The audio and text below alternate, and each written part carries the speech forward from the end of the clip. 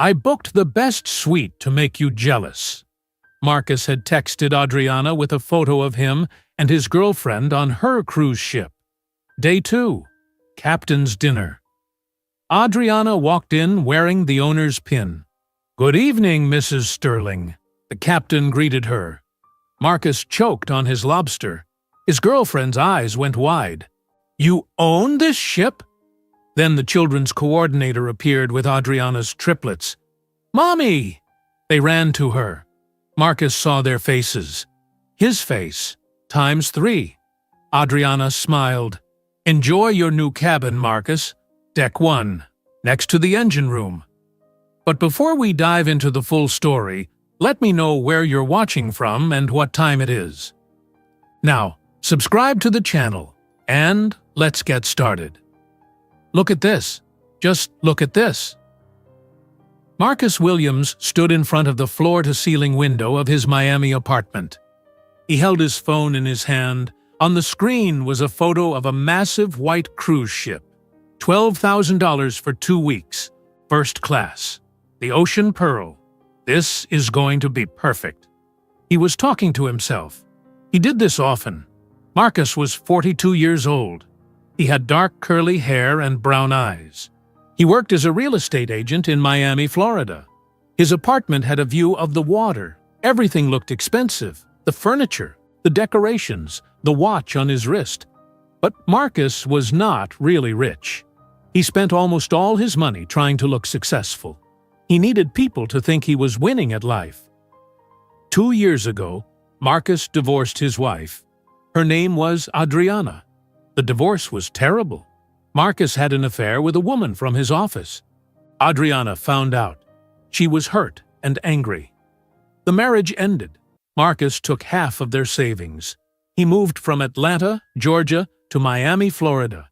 He blocked Adriana's phone number. He deleted her email address. He wanted to forget everything about their 10 years of marriage. Marcus told people that Adriana was the problem. He said she worked too much. He said she did not pay attention to him. This was not true. Marcus knew it was not true. But lies were easier than the truth. Now Marcus had a new girlfriend. Her name was Jessica Porter. She was 28 years old. She had long blonde hair and blue eyes. She worked as a fitness instructor at a gym in Miami Beach. That is where Marcus met her. Jessica was beautiful. When Marcus walked into restaurants with Jessica, people looked at them. This made Marcus feel important. Marcus did not love Jessica. Not really. But she made him look good. She made him feel like he was somebody. Marcus looked at his phone again. He opened social media. He searched for Adriana's name. He found her profile. She had not posted anything in months. Her last photo was from a year ago. It showed her at a park. She looked tired. She looked ordinary. Marcus smiled. He felt satisfied. He felt like he won the divorce. The next day, Marcus went to the gym where Jessica worked. She was teaching a class. Loud music played. People lifted weights and ran on machines. Marcus waited near the front desk. When Jessica finished her class, she walked over to him. Her face was red from exercising. She smiled. "Hey, what are you doing here? I thought I was seeing you tonight." Marcus held up his phone. On the screen was the Ocean Pearl cruise ship. "I have a surprise for you." Jessica looked at the phone. Her eyes got wide. "What is this?" "A cruise, 2 weeks. We leave in 3 days from Miami Port. First-class suite. The best restaurants. A private balcony. Everything." Jessica screamed. People in the gym turned to look. She jumped and wrapped her arms around Marcus's neck. "Oh my God! Are you serious? This is amazing!" Marcus felt proud. This was the reaction he wanted. He wanted Jessica to be excited. He wanted other people to see her excitement. He wanted everyone to think his life was perfect. "Start packing," Marcus said. "Pack your best clothes. This is going to be incredible." 3 days later, Marcus and Jessica stood at Miami Port. The port was huge. There were several cruise ships docked in a row, but the Ocean Pearl was the biggest. It was white and shiny. It looked like a floating hotel. It had 12 decks. There were pools and restaurants and theaters inside. Jessica held Marcus's hand. She took photos with her phone. "I cannot believe we are doing this. This is like a dream." Marcus pulled their suitcases. They were expensive suitcases. Designer brand. Marcus bought them specifically for this trip. They walked up the ramp onto the ship. A crew member in a white uniform checked their tickets. "Welcome aboard the Ocean Pearl. You are in Suite 304, upper deck. Someone will show you to your room." Another crew member, a young man with a friendly smile, took their suitcases. He led them through the ship. They walked down long hallways with thick carpet. Everything smelled clean and new. They took an elevator up to deck 3. The crew member stopped at a door with gold numbers. 304. He opened the door. "Your suite, Mr. Williams and Miss Porter. If you need anything, please call the front desk." The crew member left. Marcus and Jessica walked inside. The suite was beautiful. There was a large bed with white sheets, a sitting area with a couch, a bathroom with a marble counter, and a balcony with 2 chairs and a small table. On the table were 2 bottles of champagne and a vase of red roses. Jessica ran to the balcony. She opened the glass door and stepped outside. The ocean stretched out in front of them, blue and endless. "Marcus, this is perfect. This is the most amazing thing ever." Marcus followed her onto the balcony. He put his arm around her waist. Then he took out his phone. He opened the camera. "Let me take a photo of you holding the champagne." Jessica posed. She held the champagne bottle. She smiled her biggest smile. Marcus took several photos. Then he took photos of the suite, the bed, the roses, the view from the balcony. Marcus sat on the balcony chair. Jessica went inside to unpack. Marcus looked through the photos. He picked the best one. It showed Jessica holding champagne. The roses were visible. The ocean was in the background. Everything looked expensive and perfect. Marcus opened social media again. He found Adriana's profile. He attached the photo. He typed a message. "Living my best life." He pressed send. Marcus leaned back in the chair. He felt satisfied. He imagined Adriana seeing the photo. He imagined her feeling jealous. He imagined her regretting the divorce. This thought made him happy. The first day on the cruise ship was exactly what Marcus wanted. He and Jessica ate lunch by the pool. The sun was bright and hot. Jessica wore a red bikini and sunglasses. Marcus wore swimming shorts and no shirt. He wanted people to see he went to the gym. He wanted people to think he was young and fit. Other passengers sat at nearby tables. Marcus started conversations with them. He told them he was a real estate agent. He said business was great. He talked about his apartment in Miami. He did not mention that he was behind on rent. He did not mention that his real estate sales were slow. He only talked about success. Jessica posted photos on her social media. She took selfies by the pool. She took photos of her food. She wrote captions like, "Paradise" and "Best vacation ever." She showed Marcus the likes and comments. Marcus felt proud. That evening, an announcement came over the ship's speakers. A woman's voice said, "Good evening, passengers. All first-class guests are invited to the captain's welcome dinner tonight at 8 o'clock in the grand dining room. Formal attire is required.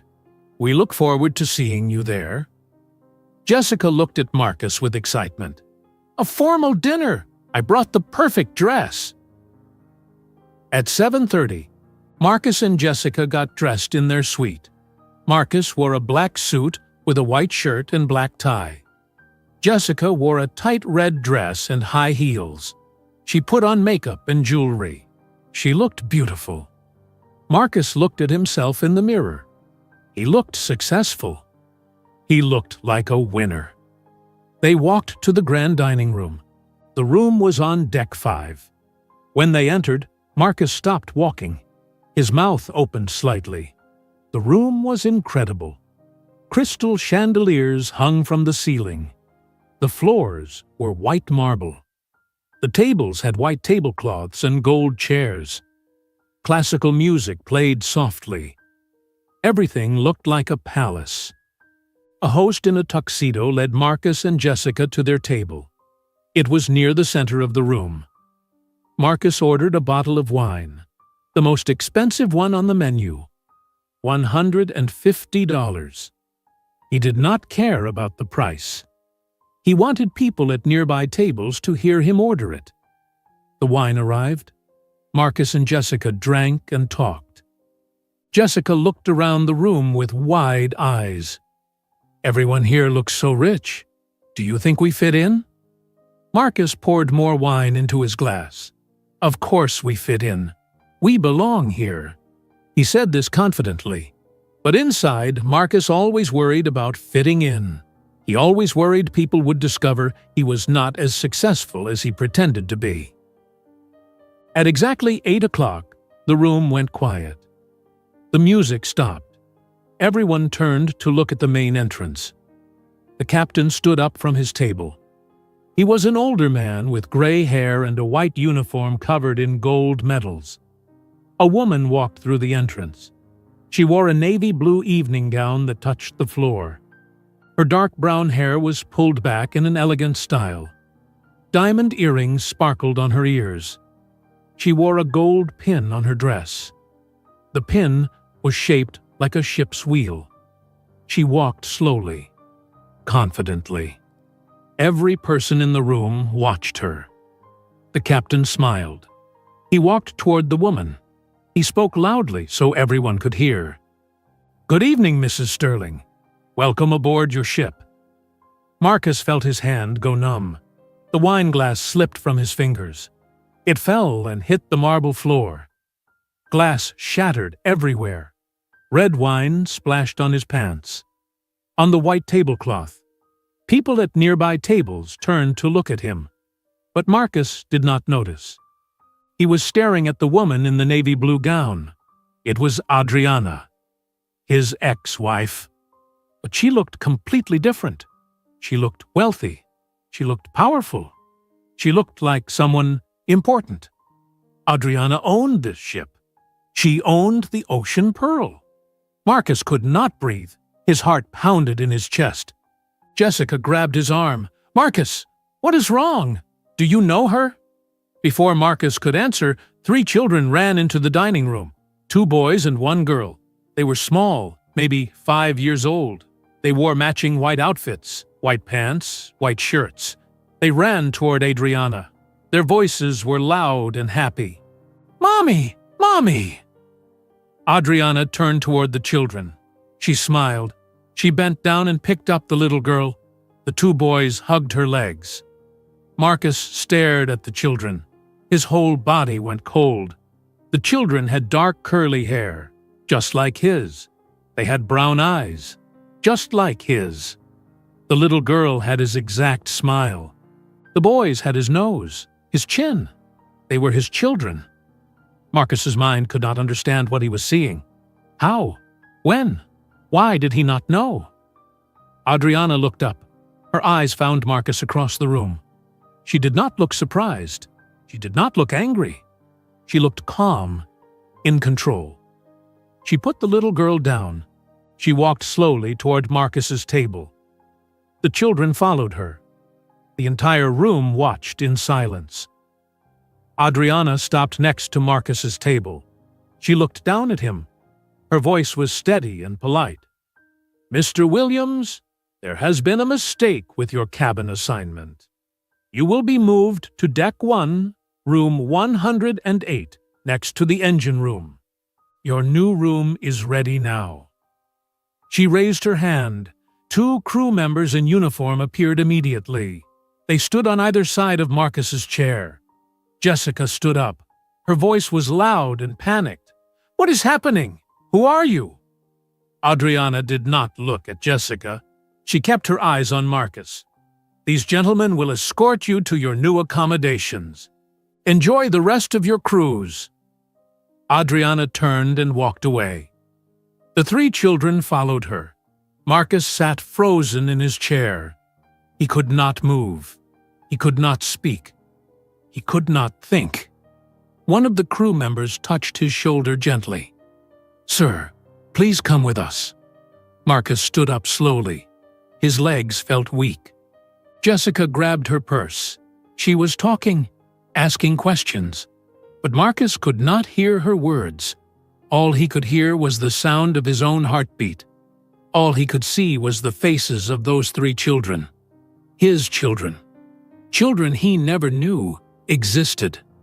Marcus walked out of the grand dining room. Every person in the room watched him leave. He was trapped on Adriana's ship, in the middle of the ocean, with nowhere to run. The two crew members walked on either side of Marcus and Jessica. They moved through the hallways of the ship. Other passengers in formal clothes stared at them. Marcus heard whispers. He felt everyone's eyes on him. Jessica walked fast. Her high heels clicked loudly on the floor. Her face was red. She kept looking at Marcus. Who was that woman? "Marcus, answer me!" Marcus did not answer. He could not find words. His mind was stuck on the image of those three children. Their faces, their hair, their eyes. The crew members led them to an elevator. But not the nice elevator they used before. This elevator was smaller. The walls were metal instead of mirrors. There was no carpet. One of the crew members pressed a button. The number 1. The elevator went down. Down below all the passenger decks. When the doors opened, Marcus saw a narrow hallway with bright white lights. The walls were painted gray. There were pipes running along the ceiling. It smelled different here, like oil and cleaning chemicals. They walked to a door. The number on it said 108.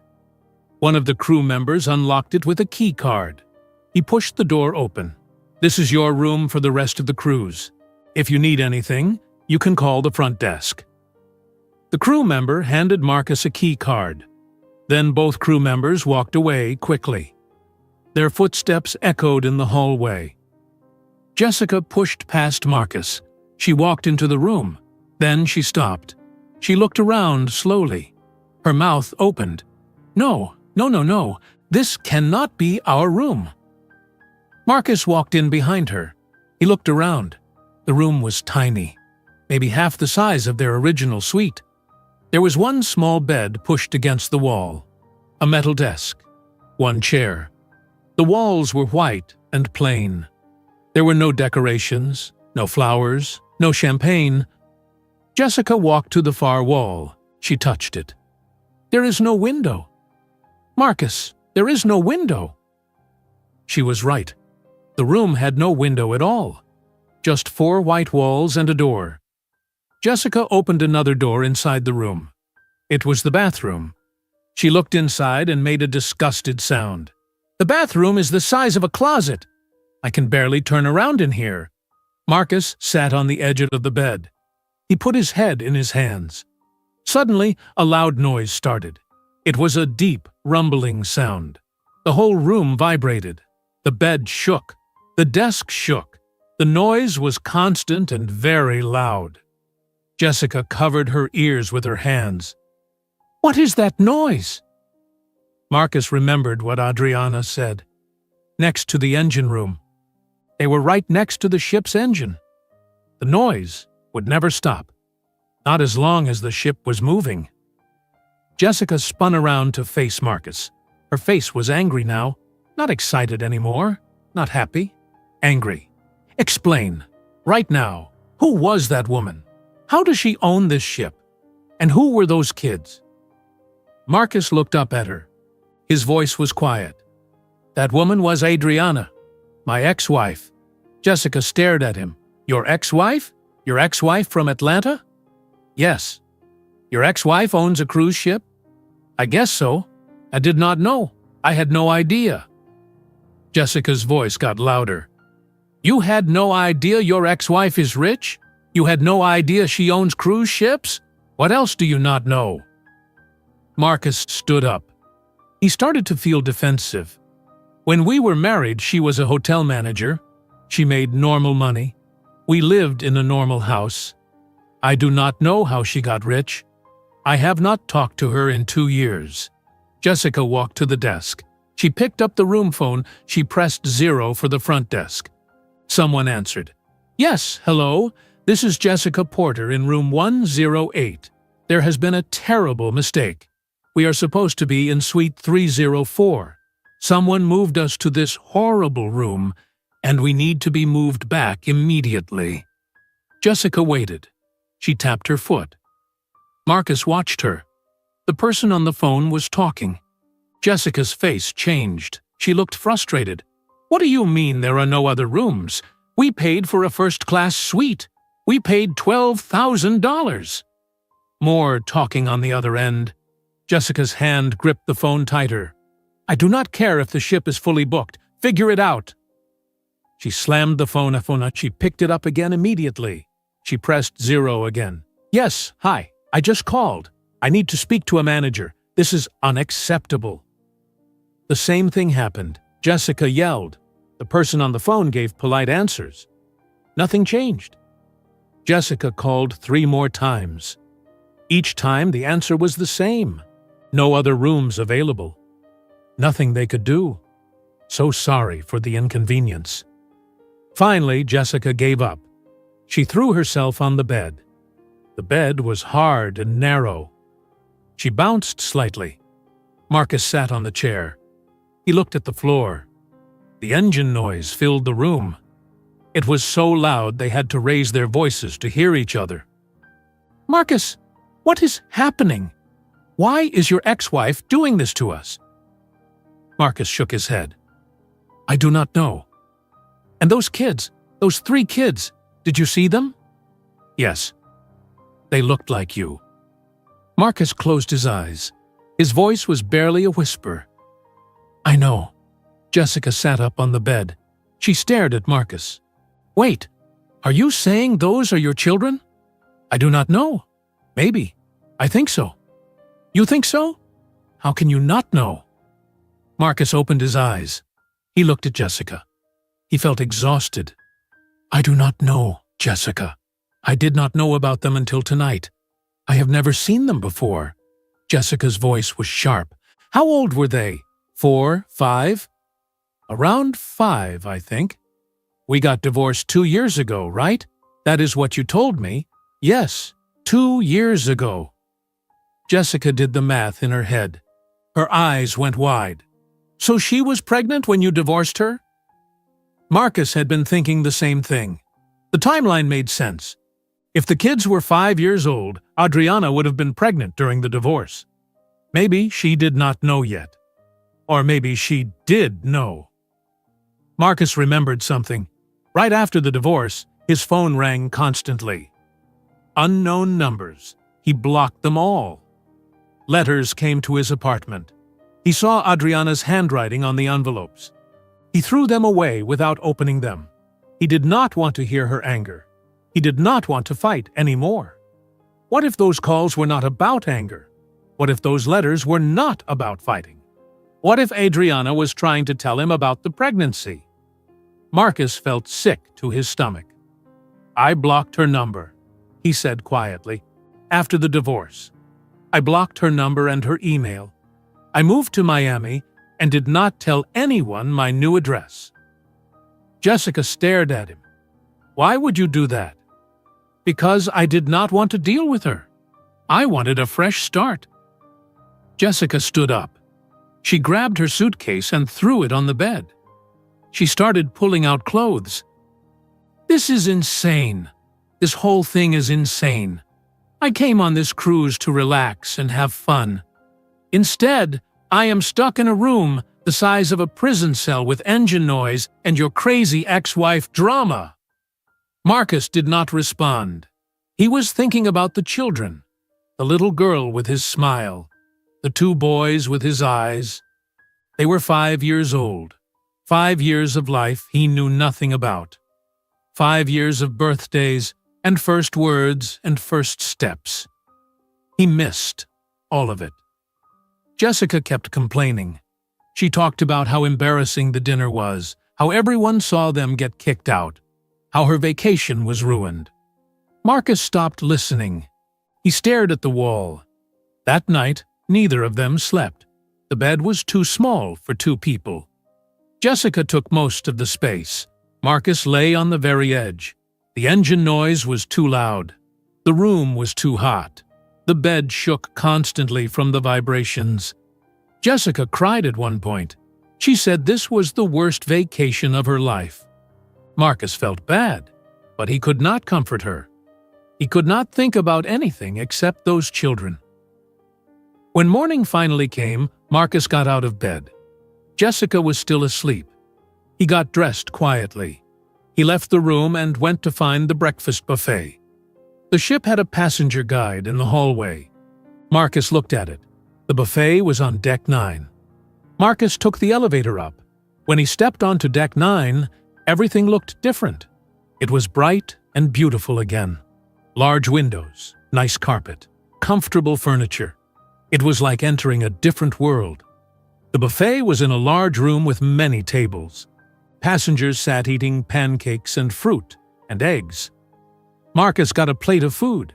He was not hungry, but he needed to do something normal. He looked around the room as he ate. Then he saw them. Adriana and the 3 children sat at a private table on an upper level of the dining area. The table was separated from the main room by a rope and a small sign that said, "Reserved for Sterling Sea Staff."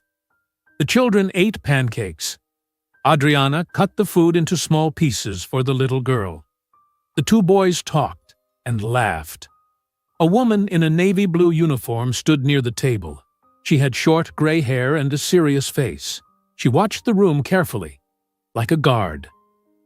Marcus stood up. He left his plate on the table. He walked toward the upper level. He needed to talk to Adriana. He needed to understand what was happening. He needed to know about the children. Marcus reached the rope. He stepped over it. Immediately, the woman in the uniform moved. She stepped directly in front of Marcus. She was shorter than him, but her presence was strong. Her voice was firm and cold. "Stop right there." Marcus looked past her at Adriana. Adriana was still cutting pancakes. She did not look up. "I need to talk to her." "Mrs. Sterling does not wish to speak with you. Please, just for 1 minute. I need to ask her about—" The woman stepped closer. Her eyes were hard. "Mrs. Sterling does not wish to speak with you. Do not make me repeat myself." Marcus tried to look at Adriana again. "Adriana, please!" Adriana finally looked up. Her face showed no emotion. She looked at Marcus like he was a stranger. Then she looked back down at her children. The little girl said something and Adriana smiled. But the smile was not for Marcus. It was like he did not exist. The woman in uniform put her hand on Marcus's chest. Not hard, but firm enough to make him step back. "Who are you?" Marcus asked. "I am Claudia Rivera, Mrs. Sterling's personal assistant. You need to leave this area right now." "Those children, leave now." Marcus looked at the 3 children one more time. The little girl noticed him staring. She tilted her head. She looked curious. Then Claudia moved to block his view completely. Marcus turned and walked away. His hands were shaking. His heart pounded. He walked back to the tiny room on Deck 1. Jessica was awake now. She was sitting on the bed, looking miserable. Marcus sat in the chair. The engine noise roared around them. 5 more days until the ship reached Cozumel, Mexico. 5 more days trapped on Adriana's ship with questions and no answers. Marcus could not stop thinking about the children. That first night in the tiny room, he did not sleep at all. He lay on the narrow bed with his eyes open.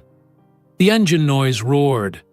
Jessica slept next to him, but she moved constantly. She was uncomfortable. Marcus thought about the little girl's face, her smile. It was his smile exactly. He thought about the two boys, their dark curly hair, their brown eyes. They were his children. He knew it. But how could he have children he never knew about? The next morning, Marcus woke up at 6 o'clock. The sun was not up yet. Jessica was still asleep. Marcus got dressed quietly.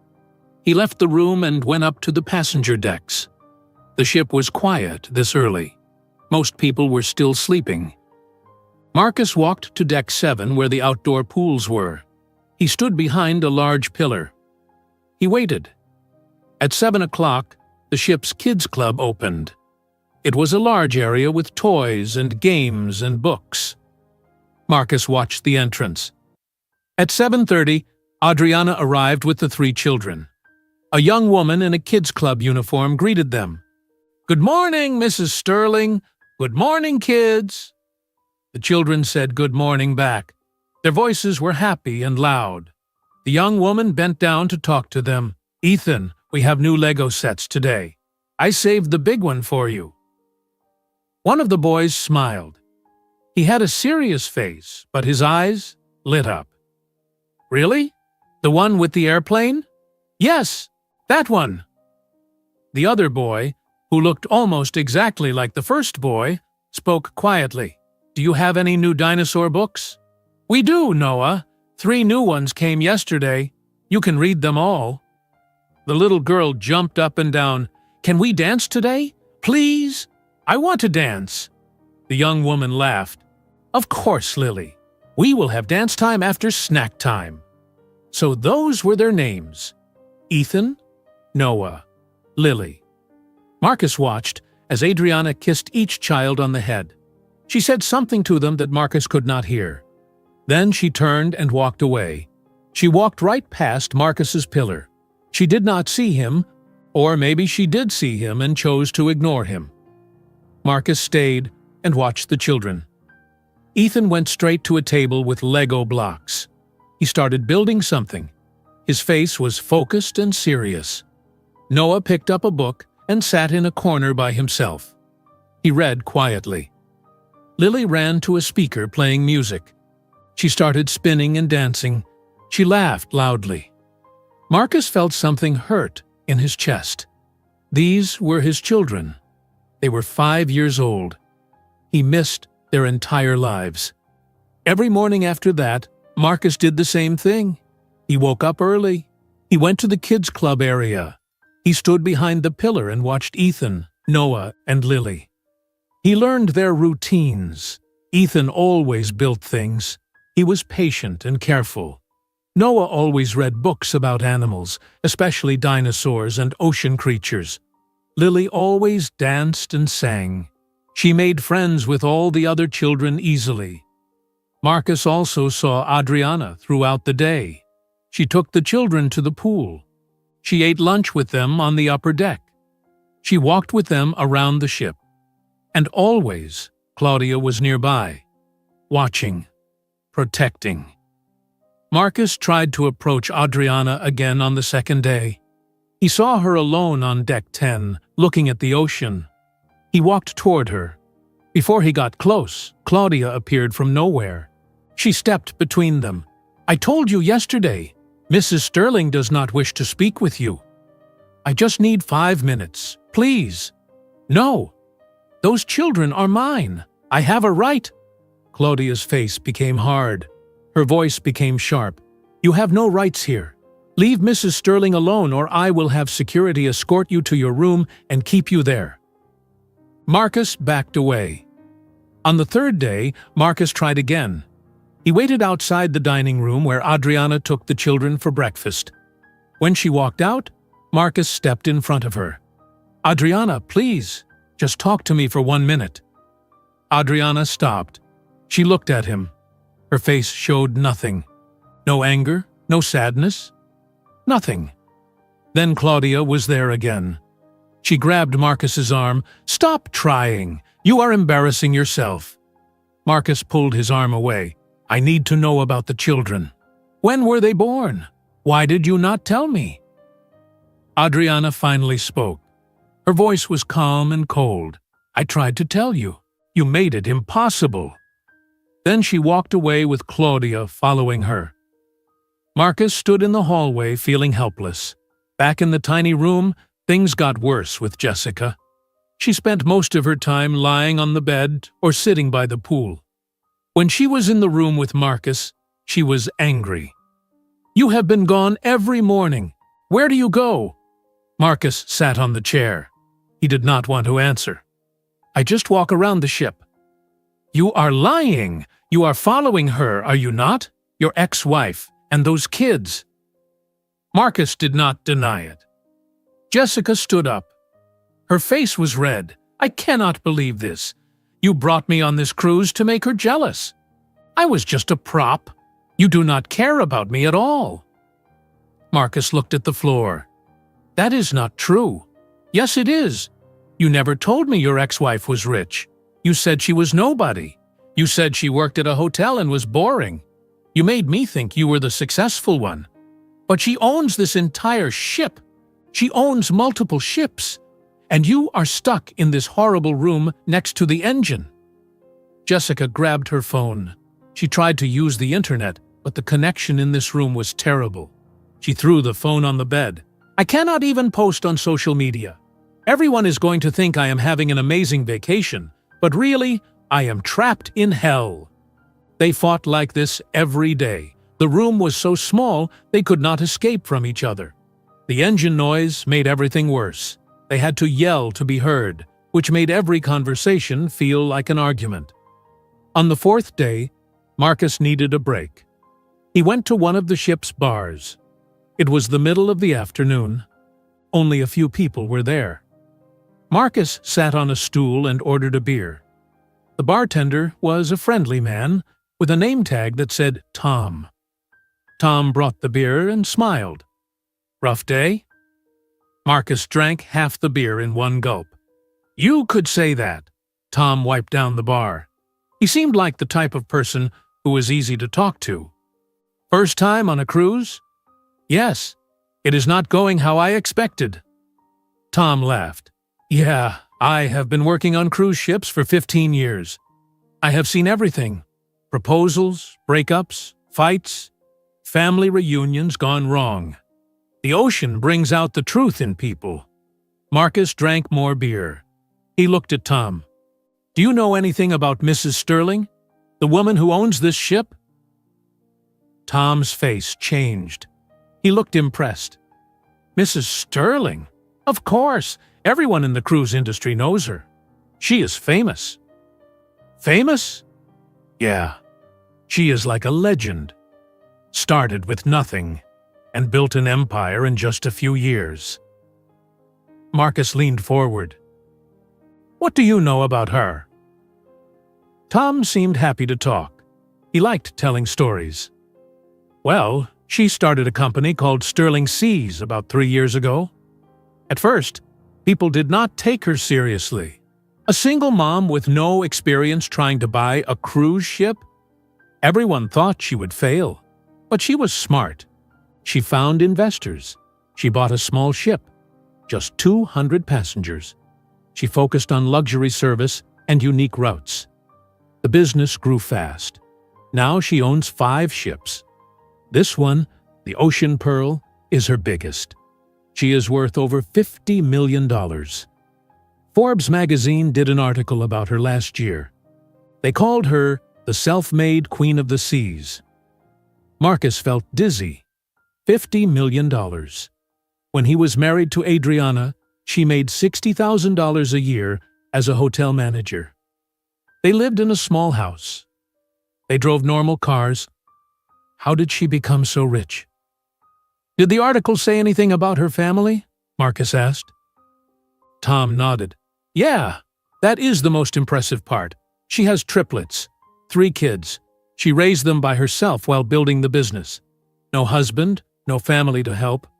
People say she worked 3 jobs when she was pregnant. After the babies were born, she just worked harder. She started a travel blog to make extra money. Then the blog became popular, and she started a booking agency. Then she saved enough to buy her first ship. She did all of that while taking care of 3 babies alone. Marcus's throat felt tight. Did anyone ever ask about the father? The father of the kids? Tom shrugged. People asked, but she never talks about it. She just says the father was not in the picture. She makes it clear the topic is off limits. Not in the picture. Marcus was the father who was not in the picture. Tom kept talking, but Marcus stopped listening. He finished his beer and left money on the bar. He walked out to the deck. It was late afternoon. The sun was still bright. The ocean was blue and endless. Marcus stood at the railing. He thought about Adriana, pregnant and alone, calling him and getting no answer, sending him letters that he threw away, going to the hospital by herself, giving birth to 3 babies with no one to hold her hand. He thought about her working 3 jobs, exhausted, scared, trying to feed 3 babies and pay rent. And where was he? He was in Miami, blocking her number, going to parties, dating younger women, spending money on expensive clothes, trying to look successful on social media. Marcus felt ashamed. The feeling was so strong it made him sick. He gripped the railing. For 2 years he thought he won the divorce. He thought he escaped. He thought he was free. But Adriana did not just survive without him. She became successful. She became powerful. She built something real. And he built nothing. Just an image. Just a performance. Marcus stood on the deck until the sun began to set. The sky turned orange and pink. Other passengers walked past him, holding drinks and laughing. No one noticed him. Marcus was invisible again, just like when he was a child.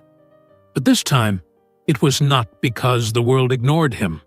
It was because he made himself small. He ran from responsibility. He ran from the truth. And now the truth found him. The truth was 3 children with his face. The truth was a woman who did not need him anymore. The truth was that while he was pretending to be somebody, Adriana actually became somebody. Marcus walked back to the tiny room as the sky turned dark. His mind was heavy with thoughts. When he opened the door, Jessica was not there. She left a note on the desk. It said, "At the pool, do not wait for me." Marcus was relieved. He did not want to talk to her. He did not want to explain anything. He sat on the bed in the dark room with only the engine noise for company. The next morning was the 4th day of the cruise. Marcus woke up early again. Jessica was asleep on the far edge of the bed. Marcus got dressed and left. He went to deck 7 like every other morning. He stood behind his usual pillar and watched the kids' club area. At 7:30, Adriana arrived with Ethan, Noah, and Lily. The same routine happened. Adriana kissed each child. The staff member greeted them warmly. The children went inside to play. But today, something different happened. Marcus was watching through the large glass windows of the kids' club. Lily was dancing near the window. She was spinning in circles with her arms out. Then she stopped spinning. She looked directly at the window.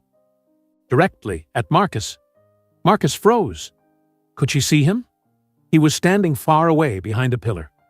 Lily tilted her head. She smiled. Then she waved. She was waving at him. Marcus did not know what to do. His heart pounded. Slowly, he lifted his hand. He waved back. Lily's smile got bigger. She said something to the staff member, then ran toward the door. She pushed it open and ran outside. She ran straight toward Marcus. Marcus stepped out from behind the pillar. He knelt down as Lily reached him.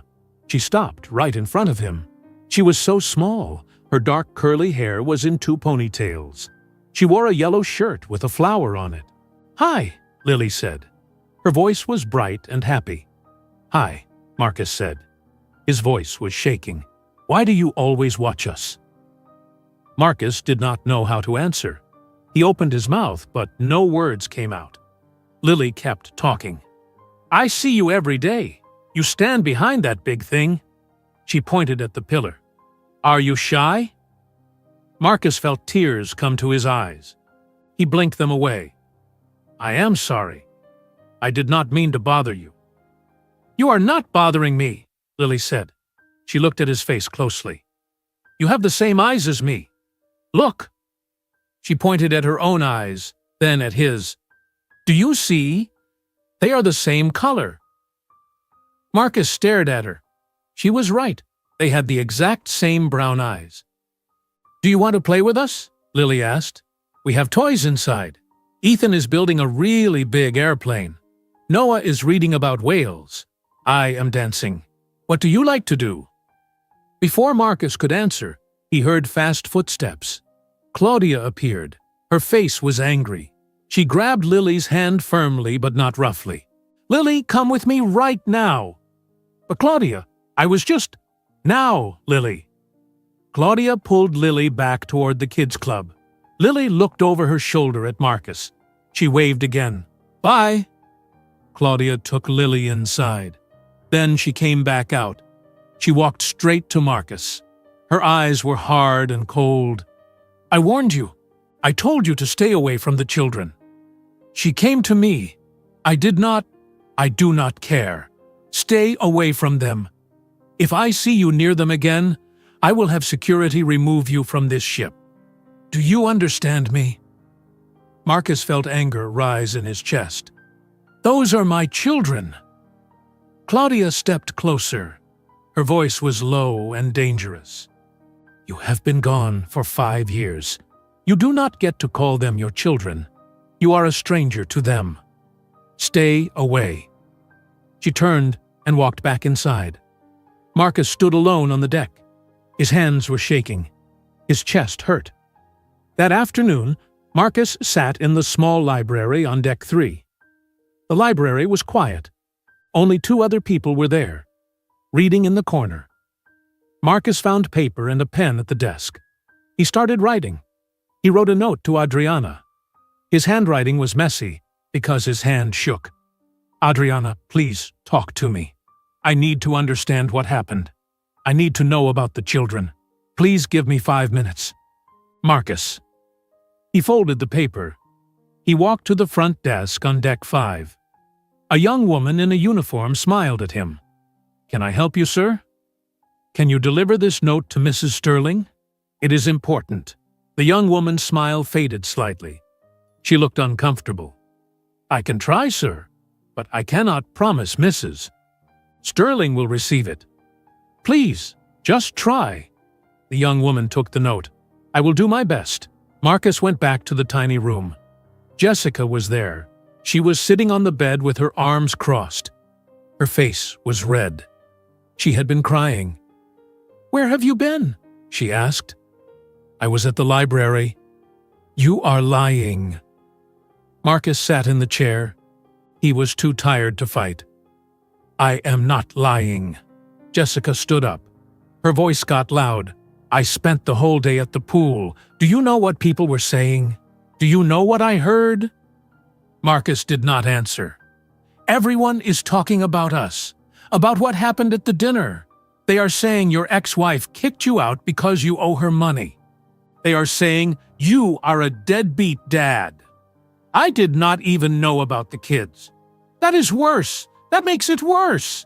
You brought me on this cruise to show off, to make your rich ex-wife jealous. But you did not even know she was rich. You thought she was poor and pathetic. And now I look like an idiot." Jessica grabbed her hair with both hands. She was breathing hard. "You never told me your ex-wife is rich. You said she was nobody. You said she worked at some boring hotel job and had no ambition. You made me think you were the successful one. You were the winner. But you are not. You are the loser. She is the winner. She owns this whole ship, and you are stuck in a room next to the engine." Marcus stood up. I did not know she was rich. I did not know about any of this." Jessica's eyes filled with tears. "You used me. You do not love me. You never loved me. I was just young and pretty, so you could parade me around and feel like a big man. You wanted her to see me and feel jealous. But she does not care. She does not care about you at all." Marcus knew Jessica was right. He did use her. He brought her on this cruise as a trophy. He wanted Adriana to see him with a beautiful younger woman and feel like she lost. But Adriana did not lose anything. Adriana did not even notice. "You are right," Marcus said quietly. "I am sorry." Jessica stared at him. She looked shocked that he admitted it. "I want to leave. As soon as we get to the next port, I am getting off this ship. I am flying home. I am done." "Okay. Okay? That is all you have to say?" Marcus sat back down. He looked at the floor. "I do not blame you for leaving. You should leave. This is not your problem." Jessica grabbed her phone and left the room. She slammed the door behind her. Marcus sat alone. The engine roared. Hours passed. Marcus did not move. At 9 o'clock at night, someone knocked on the door. Marcus stood up and opened it. Claudia stood in the hallway. Her face was still stern, but her voice was less angry than before. "Mrs. Sterling read your note. She needs time to think. She will contact you when she is ready." Marcus felt a small bit of hope. "Thank you. Thank you for telling me." Claudia nodded once. Then she walked away down the narrow hallway. For the next 2 days, Marcus did not try to approach Adriana or the children. He stayed away from the kids' club. He stayed away from the upper decks. He spent most of his time in the library or walking around the lower decks where regular passengers went. But he thought about them constantly. He thought about Ethan building with Lego blocks, about Noah reading his dinosaur books, about Lily dancing and waving at him. On the morning of the 6th day, Marcus had an idea. He went to the ship's gift shop. It was a small store that sold souvenirs and toys. Marcus looked at the toys carefully. He found a Lego set. It had an airplane on the box. The staff member at the kids' club said Ethan liked airplanes. Marcus bought the Lego set. Then he found 2 books about dinosaurs. One was about ocean dinosaurs. One was about flying dinosaurs. He bought both for Noah, then he found a toy microphone. It was pink and had buttons that played music. He bought it for Lily. Marcus took the gifts back to his room. He found wrapping paper and tape in the gift shop. He wrapped each gift carefully. He wrote a note on a piece of paper. For Ethan, Noah, and Lily. From Marcus. He took the wrapped gifts to the front desk. The same young woman was there. "Can you please give these to Mrs. Sterling's children?" The young woman looked at the packages. "I will make sure they receive them, sir." Marcus did not ask for anything in return. He just wanted the children to have the gifts. He went back to his room and waited. That evening, a note was slipped under his door. Marcus picked it up and unfolded it. The handwriting was neat and elegant. "Meet me in the library tomorrow at 4 o'clock in the afternoon. Come alone. Adriana." Marcus read the note 3 times. His heart pounded. Adriana agreed to talk to him. Finally, he would get answers. Marcus could not sleep that night. He lay in the dark room, holding the note. 4 o'clock in the afternoon. The library. He would finally get to talk to Adriana. Jessica came back to the room late. She did not speak to Marcus. She got into bed and turned away from him. Marcus did not care. His mind was only on tomorrow. The next day moved slowly. Marcus woke up at 6 in the morning, but the meeting was not until 4 in the afternoon. 10 hours to wait. He tried to eat breakfast, but could not. His stomach felt tight. He walked around the ship. He sat in different places. He checked his watch constantly. At 3:45, Marcus went to the library. He was early. The library was empty. It was a quiet room with bookshelves and comfortable chairs. Large windows showed the ocean outside.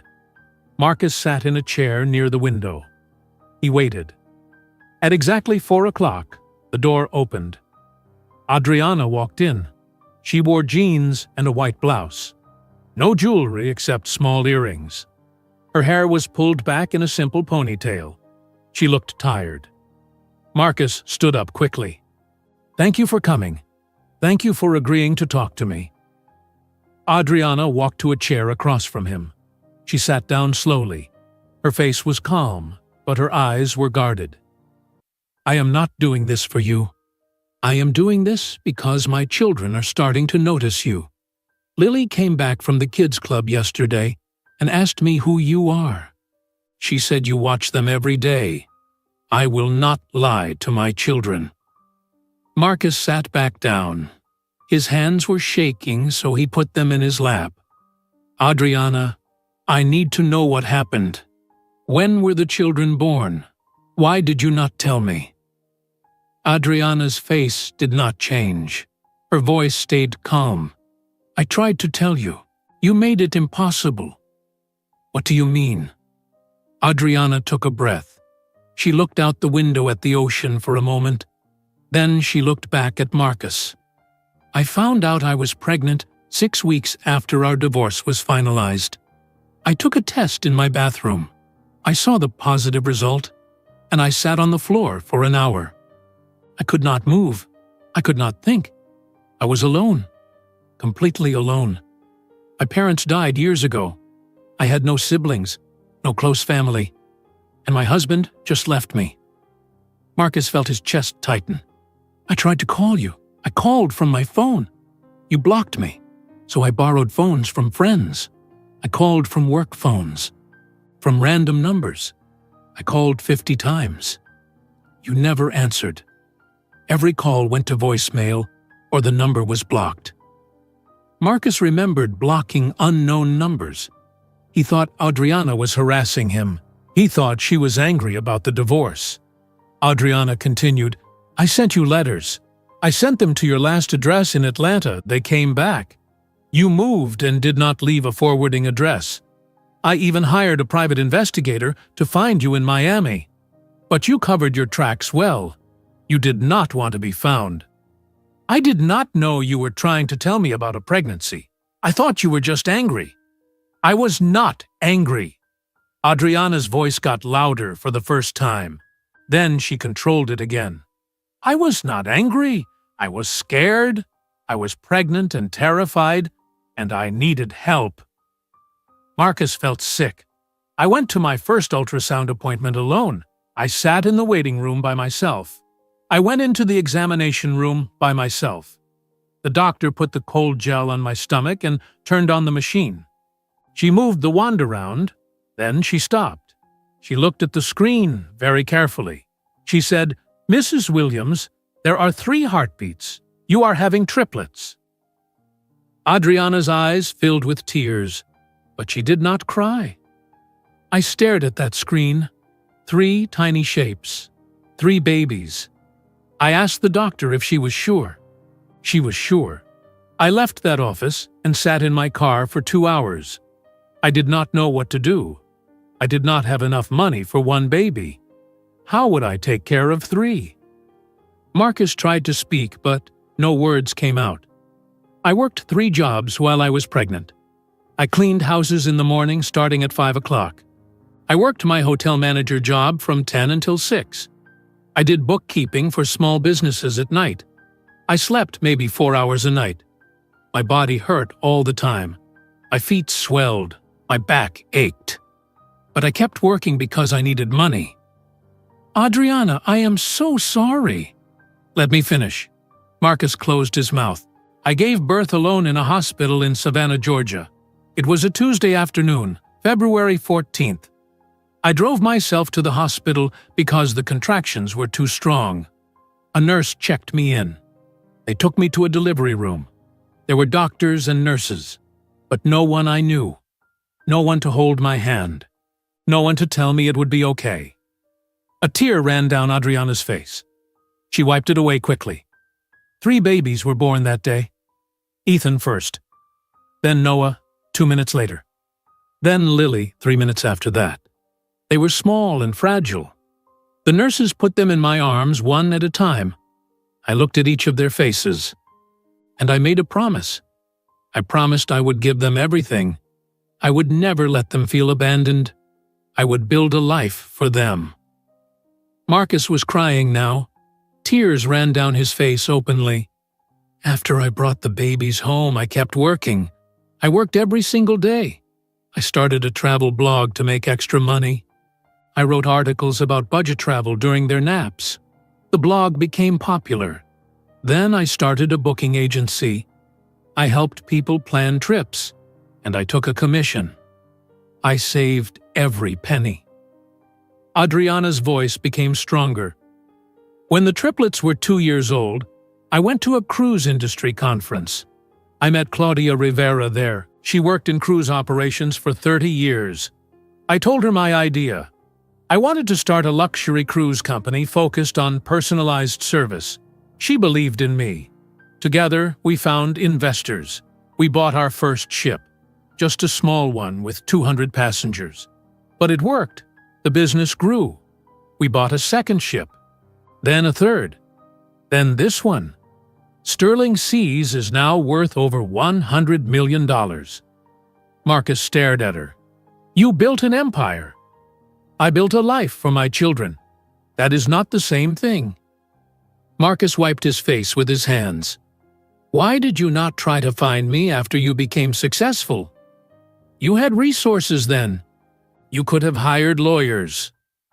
Adriana's eyes became hard. Because you made your choice. You blocked me? You threw me away? You left. I was not going to beg you to be a father. If you wanted to know your children, you should have been there from the beginning. Marcus felt anger rise inside him. He knew it was wrong, but he could not stop it. You should have tried harder. You kept my children from me. Adriana stood up. Her calm broke completely. I kept them from you? Are you serious right now? You blocked my number. You moved without telling anyone. You threw away my letters. For 2 years, you lived your life posting photos on social media with your girlfriend. You sent me a picture of this cruise to hurt me. You have not changed at all, Marcus. You still think you are the victim. Marcus stood up too. I did not know. How could I know if no one told me? I tried to tell you. 50 phone calls, 10 letters. I tried everything. You were the one who ran away. You were the one who chose not to be found. You are rich now.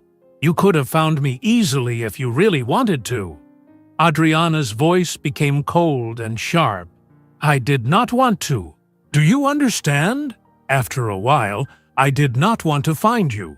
You made it clear I meant nothing to you. You made it clear our marriage meant nothing.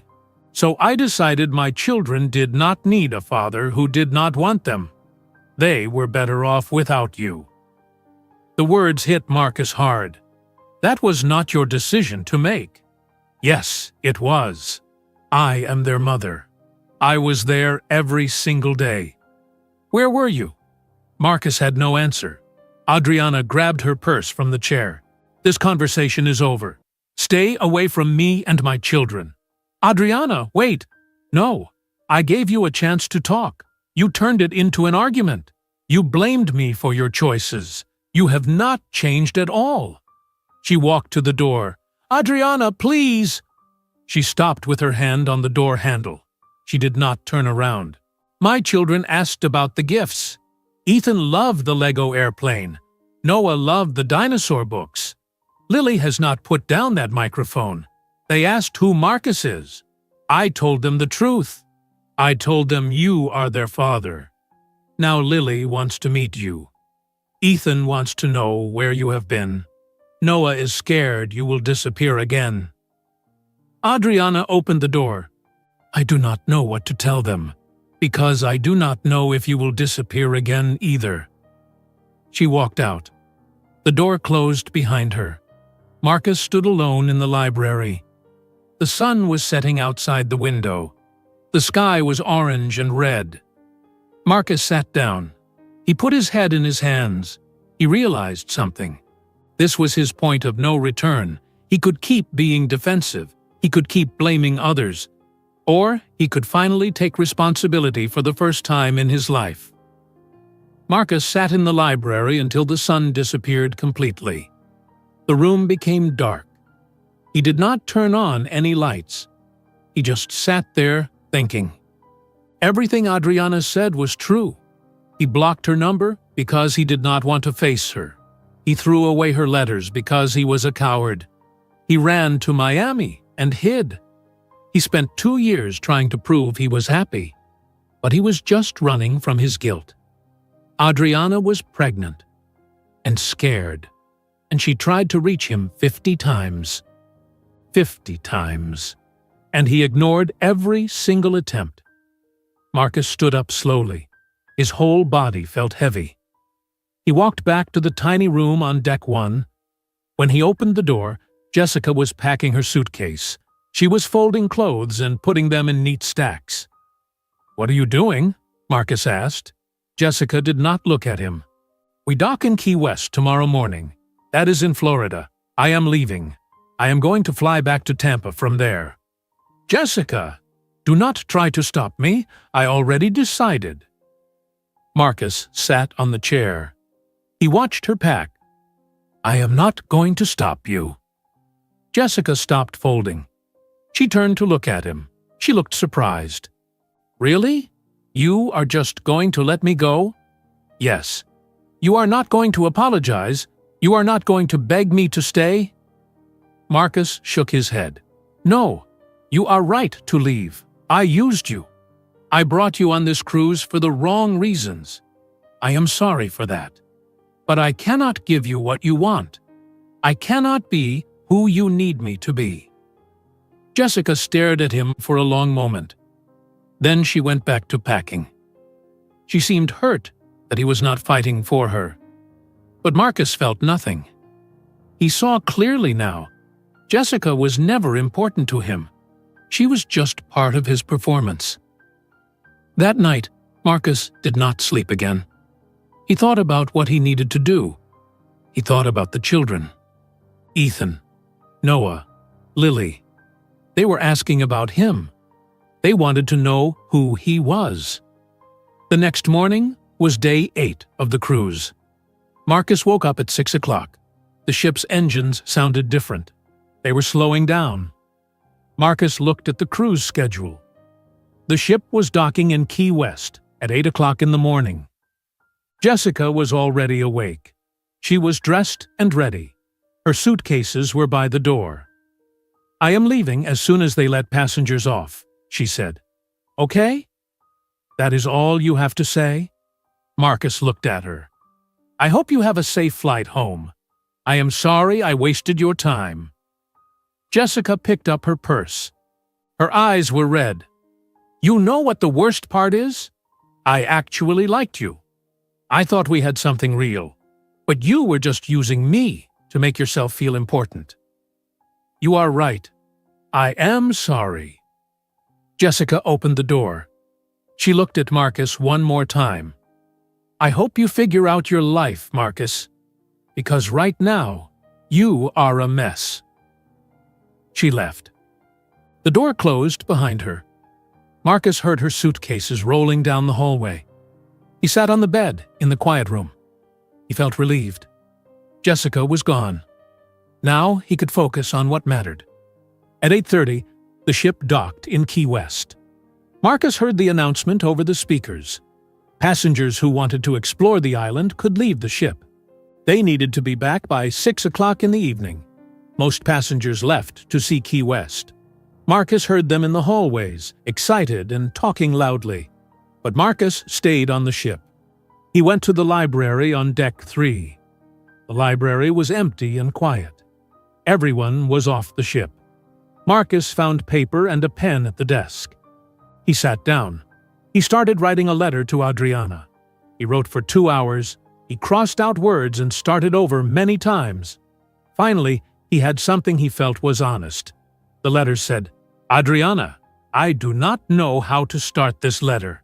I do not know what words are big enough to say how sorry I am. But I need to try. I need you to know the truth. During our marriage, I had an affair. You found out, but I never told you why I did it. I was jealous of you. You were smart and ambitious, and you were succeeding at work. I felt small next to you. Instead of being proud of you, I felt threatened. So I had an affair with someone who made me feel important. It was selfish and cruel. When you found out, I blamed you. I told people you worked too much and ignored me. That was a lie. You did nothing wrong.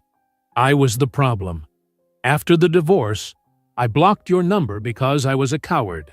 I could not face my guilt. I could not face what I did to you. So I ran to Miami. I deleted everything about our marriage.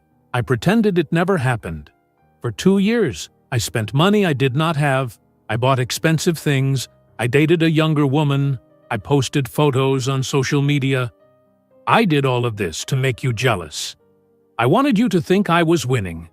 But I was not winning. I was empty and desperate. I sent you that photo of the cruise because I wanted to hurt you. I wanted you to feel like you lost. But you did not lose anything. You built an incredible life. You raised 3 beautiful children by yourself. You created a successful business.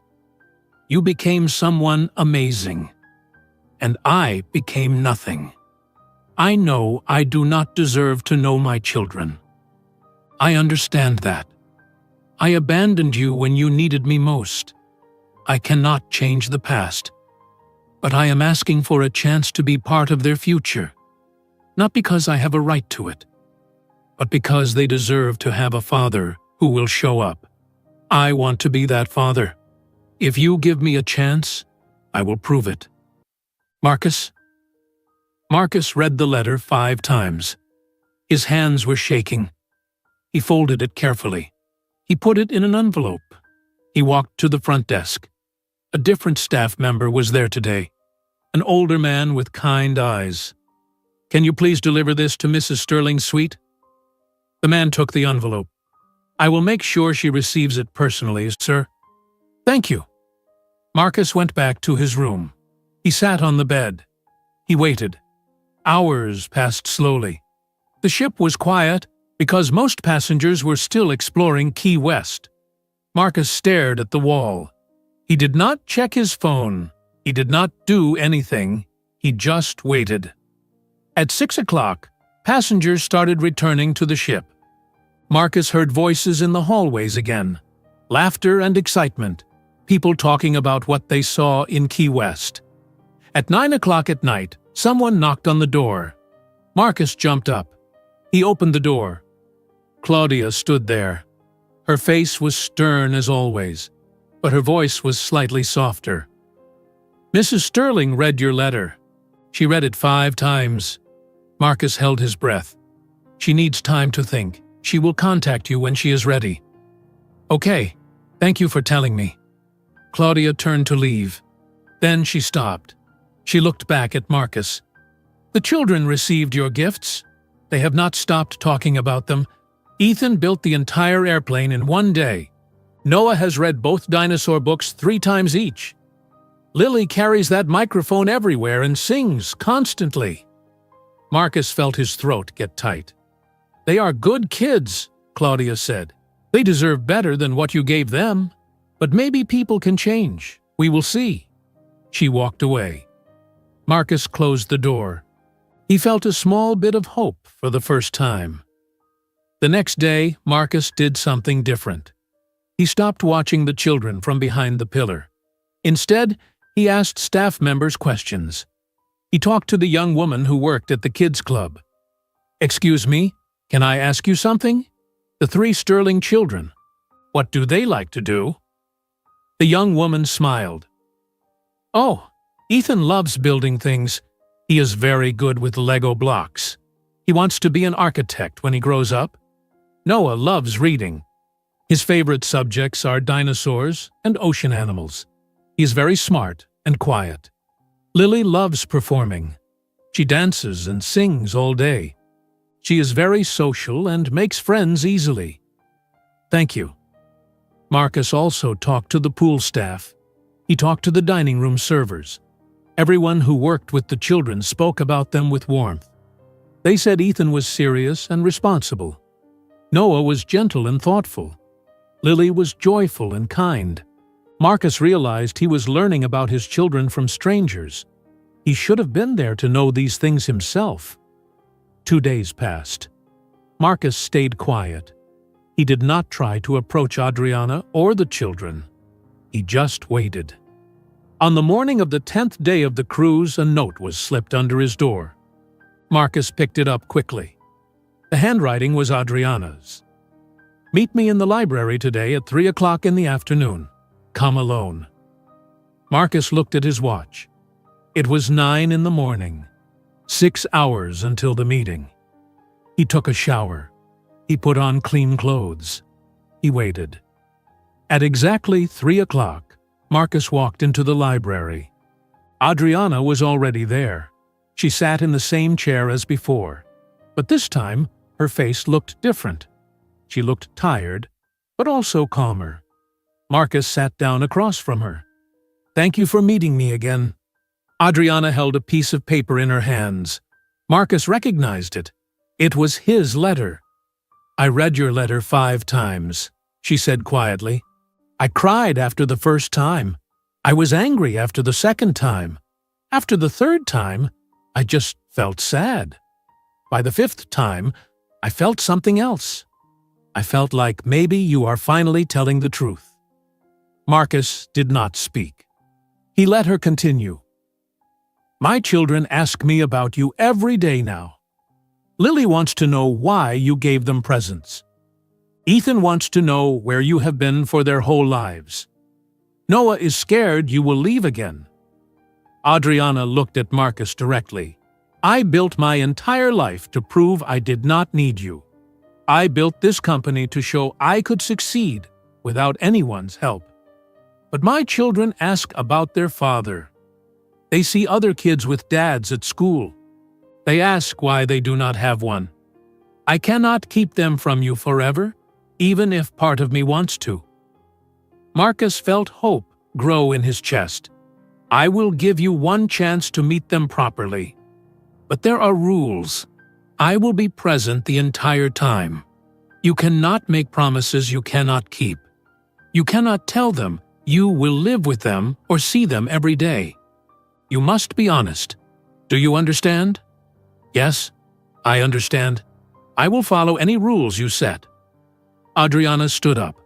"Tomorrow morning, 9 o'clock, the library. I will bring them here."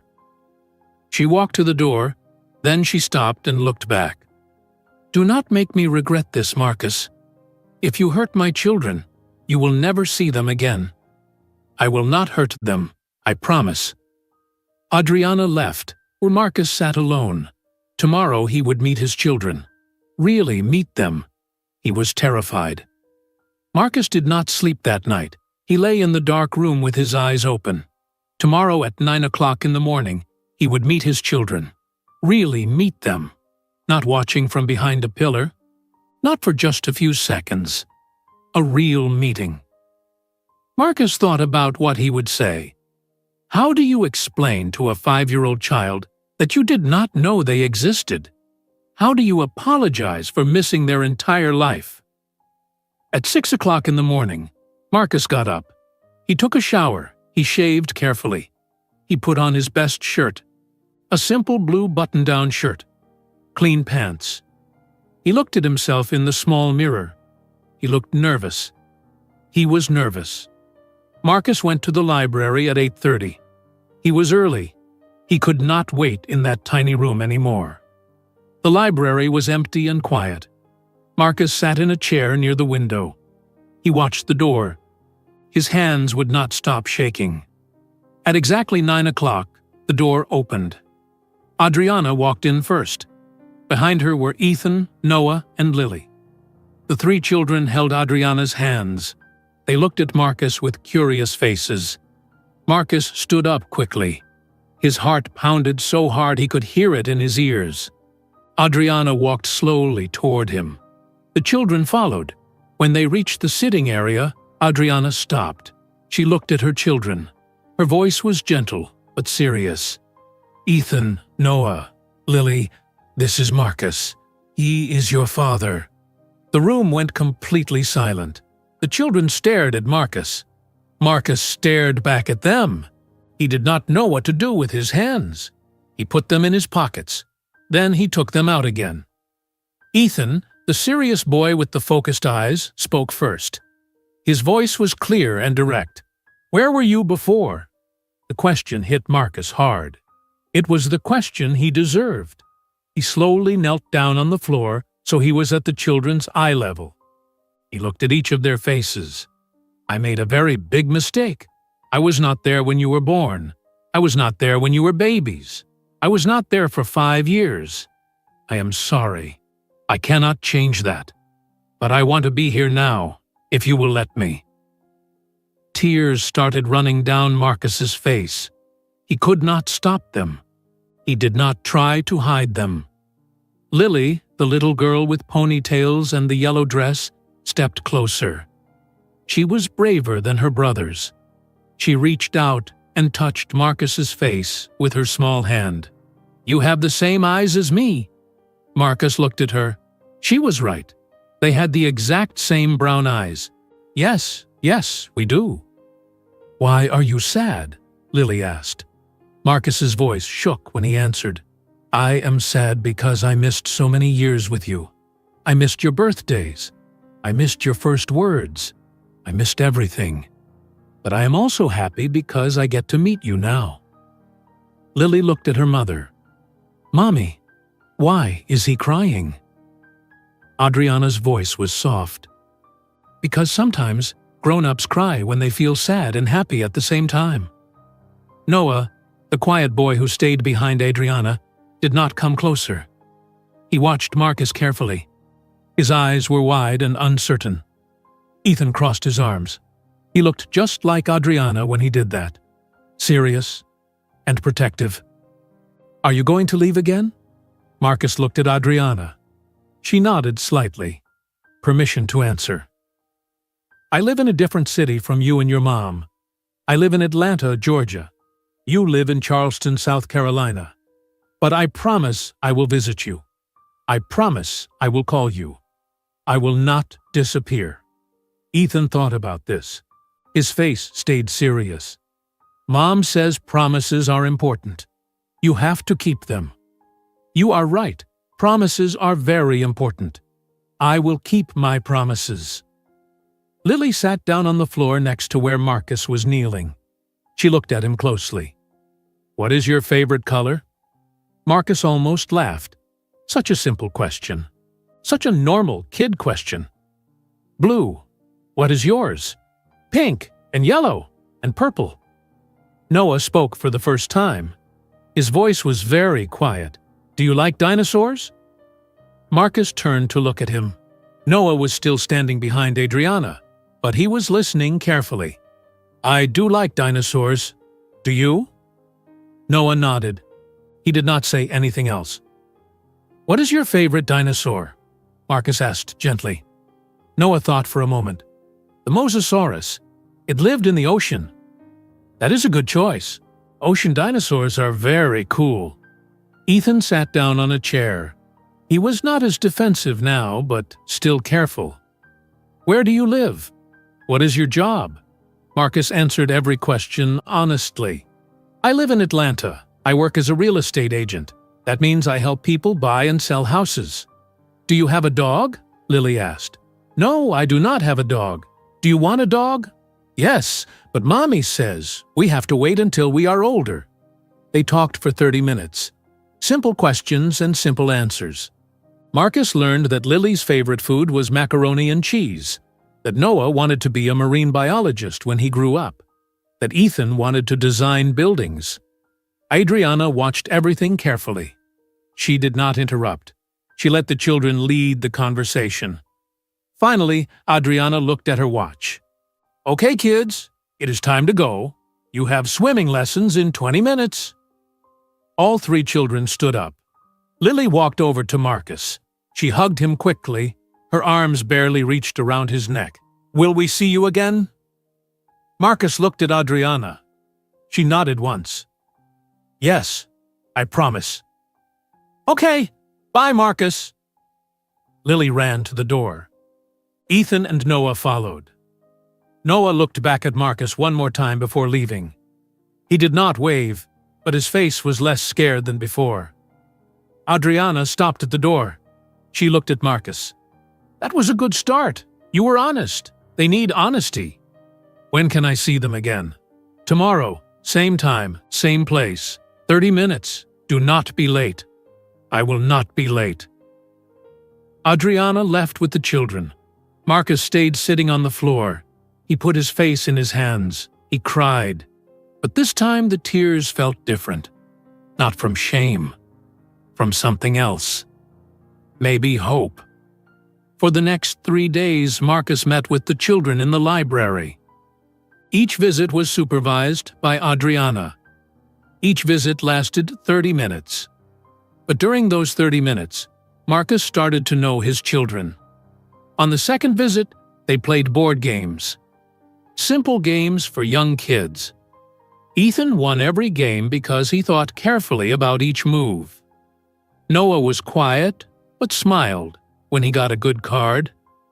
Lily cheered loudly whenever anyone won, even if it was not her. On the third visit, Marcus read books to them. Noah brought his dinosaur books. Marcus read about ocean creatures and flying reptiles. Noah sat very close to Marcus and pointed at pictures. Ethan built a Lego tower while listening. Lily danced around the room and sang. On the fourth visit, they just talked. Lily asked Marcus about his apartment, about what he ate for breakfast, about whether he had friends. Noah asked if Marcus knew how to swim. Ethan asked serious questions about Marcus's job and how real estate worked. Marcus felt something happening inside his chest, something he never felt before. He was falling in love with his children. On the morning of the 12th day of the cruise, Marcus's phone rang. It was early, 7 o'clock in the morning. Marcus did not recognize the number, but he answered anyway. "Hello? Mr. Williams? This is Daniel Foster. I am your attorney in Miami."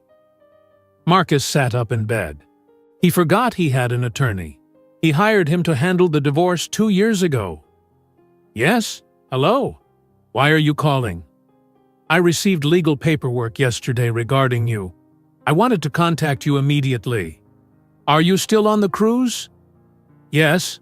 "Why?" "What paperwork?" Mrs. Adriana Sterling has filed for shared custody of 3 minor children, Ethan, Noah, and Lily Williams. She is also requesting 5 years of back child support. Marcus felt cold. How much child support? $250,000. Marcus could not breathe. What? $250,000. That is $50,000 per year for 5 years. The court will likely grant this request because you are the biological father and you have not provided any financial support for the children since their birth. Marcus stood up. His voice got loud. "She is a millionaire. She owns cruise ships. Why does she need my money?" Daniel's voice stayed calm and professional. "It does not matter how much money she has, Mr. Williams. You are legally required to provide child support for your children. The amount is based on your income and the children's needs. This is standard procedure. I do not have $250,000. Then you will need to negotiate a payment plan." Mrs. Sterling's attorney included a proposal. "You can pay in installments over 3 years, but you need to start making payments immediately if you want to establish custody rights." Marcus felt angry and betrayed. He trusted Adriana. He thought they were making progress. And now she was suing him? "I need to go," Marcus said. "Mr. Williams, we should discuss—" Marcus hung up. He got dressed quickly. He left the room and went straight to the upper decks. He found a staff member. "Where is Mrs. Sterling?" "I believe she is on the private deck, sir." Marcus went to the private deck. It was the same place where he and Adriana talked before. Adriana was standing at the railing looking at the ocean. Claudia stood nearby. Marcus walked toward them. His face was red. His hands were in fists. "You are suing me?" Adriana turned around slowly. Her face was calm. "Yes." "For $250,000? "Yes." Claudia stepped between them. "Mr. Williams, lower your voice." Marcus ignored her. He looked at Adriana. "You are rich. You have millions of dollars. Why do you need my money? Are you punishing me? Is this revenge?" Adriana's voice stayed completely calm, cold and clear. "This is not about money. This is about responsibility. You owe your children 5 years of support. If you want to be their father, you start by being accountable." Marcus felt his anger grow hotter. "I do not have that much money. My business is struggling. I spent everything I had on this stupid cruise trying to impress you. Then you will figure it out. Get a second job. Sell your things. Make a payment plan. That is what being a parent means. Sacrifice." "This is not fair." Adriana stepped closer to him. Her eyes were hard. "You want to talk about fair? I gave birth to 3 children alone. I worked 3 jobs. I paid for everything by myself for 5 years. Was that fair?" Marcus had no answer. Adriana's voice stayed steady. Being a parent is not just playing games and reading stories. It is responsibility. It is sacrifice. It is showing up even when it is hard, even when it costs you something. If you cannot handle that, then you are not ready to be their father. She walked past him. Claudia followed. Marcus stood alone on the deck. The ocean wind was cold on his face. He realized this was his real test. Marcus stood on the deck for a long time. The wind blew hard. Other passengers walked past him talking and laughing. No one noticed him. He felt invisible again. Finally, Marcus walked back to his room. The tiny room felt even smaller now. He sat on the bed and put his head in his hands. $250,000. He did not have that money. He could barely pay his rent in Miami. Marcus felt angry. He felt trapped. Part of him wanted to blame Adriana. She was rich. She did not need his money. Why was she doing this? But slowly, another voice started speaking in his head. A quieter voice, a voice that told him the truth. She was right. He owed his children 5 years of support. Adriana paid for everything alone. Diapers, food, doctor visits, clothes, everything. She did that while he was spending money on expensive watches and luxury cruises. Marcus stood up. He paced around the small room. He thought about what Adriana said. Being a parent means sacrifice. It means showing up even when it is hard, even when it costs you something. Marcus picked up his phone. He called his lawyer back. "Daniel, it is Marcus Williams." "Mr. Williams? I am glad you called back. We need to discuss your options." "I do not want to fight this. I will pay." Daniel sounded surprised. "You will agree to the full amount?" "Yes. I do not have $250,000 right now, but I will pay it. Set up a payment plan. Whatever I need to do." "That is very reasonable, Mr. Williams. I will contact Mrs. Sterling's attorney and work out the details. This will help your custody case significantly." "Okay, thank you." Marcus hung up. He felt something lift off his chest. Not all the weight, but some of it. That afternoon, Marcus saw Claudia in the hallway. She was carrying papers and walking quickly. Marcus called out to her. "Claudia, wait!" She stopped and turned around. Her face was stern as always. "Mr. Williams, I talked to my lawyer. I am going to pay the child support. All of it. I will set up a payment plan." Claudia studied his face carefully. Why? Because Adriana is right. I owe my children for the 5 years I was not there. This is my responsibility. Claudia's face did not change much, but her voice was slightly less cold. Mrs. Sterling does not need your money. She makes more in a month than you make in a year. I know. This is not about her. This is about me taking responsibility. Claudia nodded once. I will tell her. She walked away. Marcus went to the ship's business center. It was a small room with computers and printers. Marcus sat down and opened his laptop. He looked at his bank account. $30,000 in savings. His apartment in Miami cost $2,000 per month in rent. His car payment was $500 per month. He spent at least $3,000 per month on food, gas, and other expenses. Marcus did the math. If he kept living like this, he would run out of money in less than a year, and he would have no money left to pay child support or visit his children. He needed to make big changes. Marcus opened a real estate website. He listed his apartment for sublease. He listed his expensive car for sale. Then he searched for cheap apartments in Atlanta. He found a small one-bedroom apartment for $800 per month.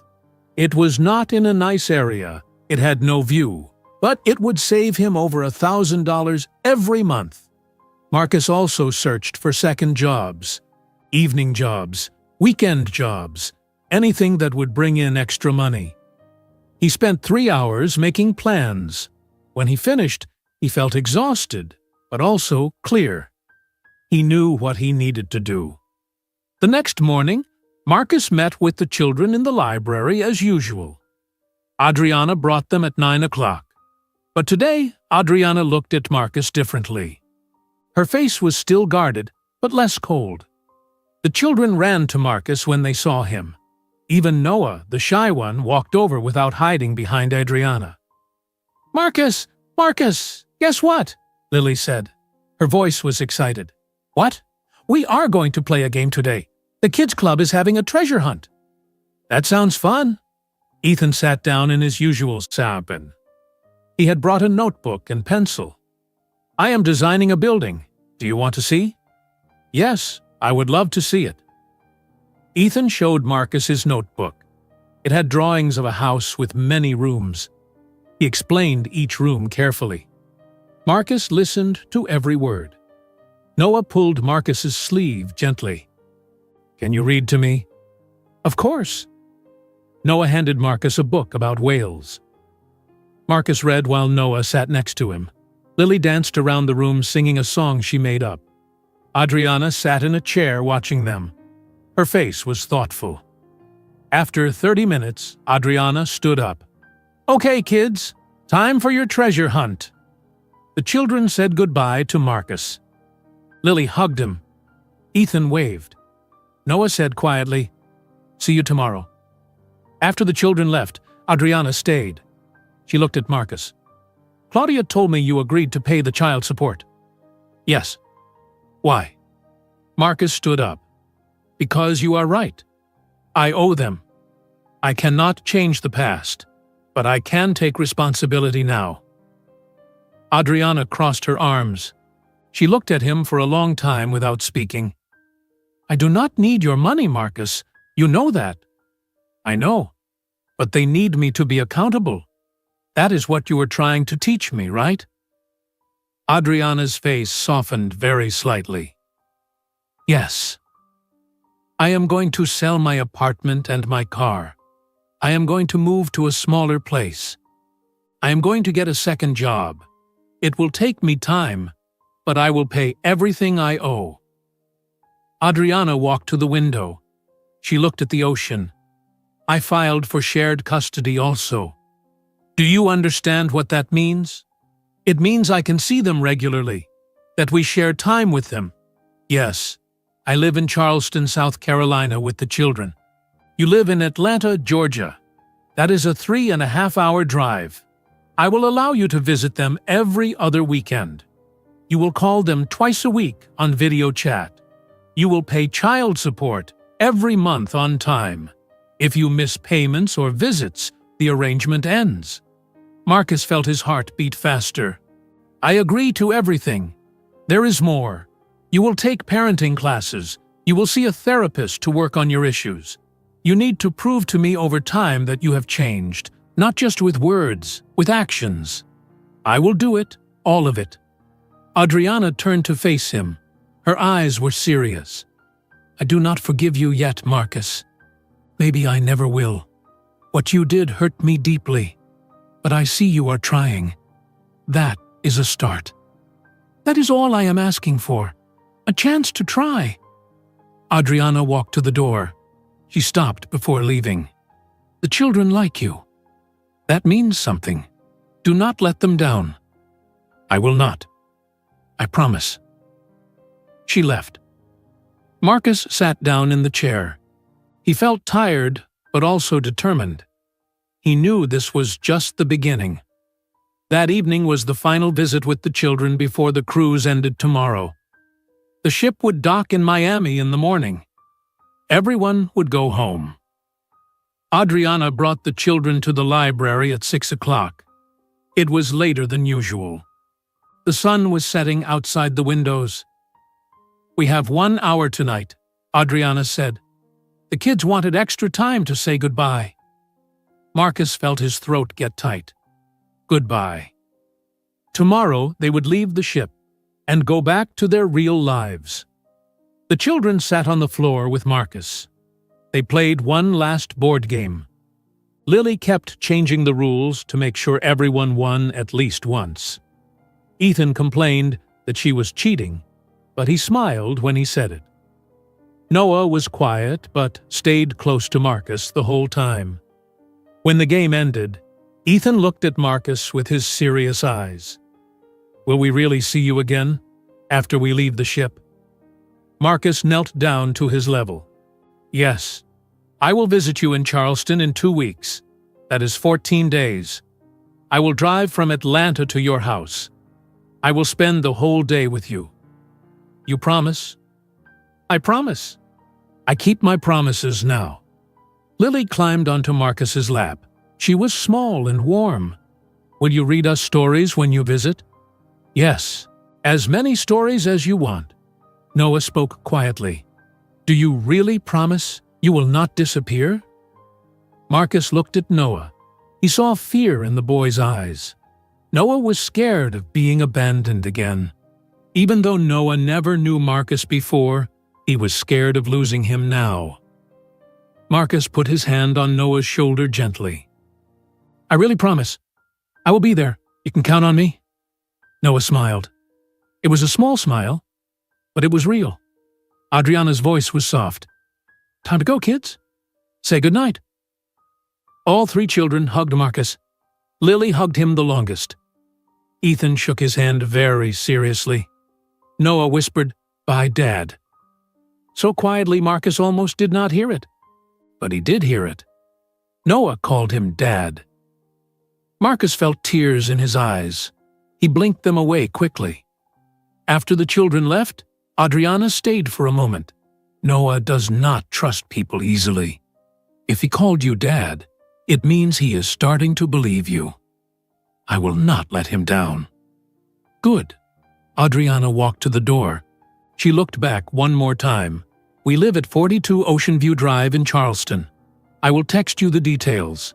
Be there in 2 weeks, Saturday morning at 10 o'clock. I will be there. Adriana left. Marcus sat alone in the library as the sun finished setting. The sky turned dark blue, then black. Stars appeared outside the window. Tomorrow, the cruise would end. Tomorrow, he would return to Miami and start making the changes he needed to make.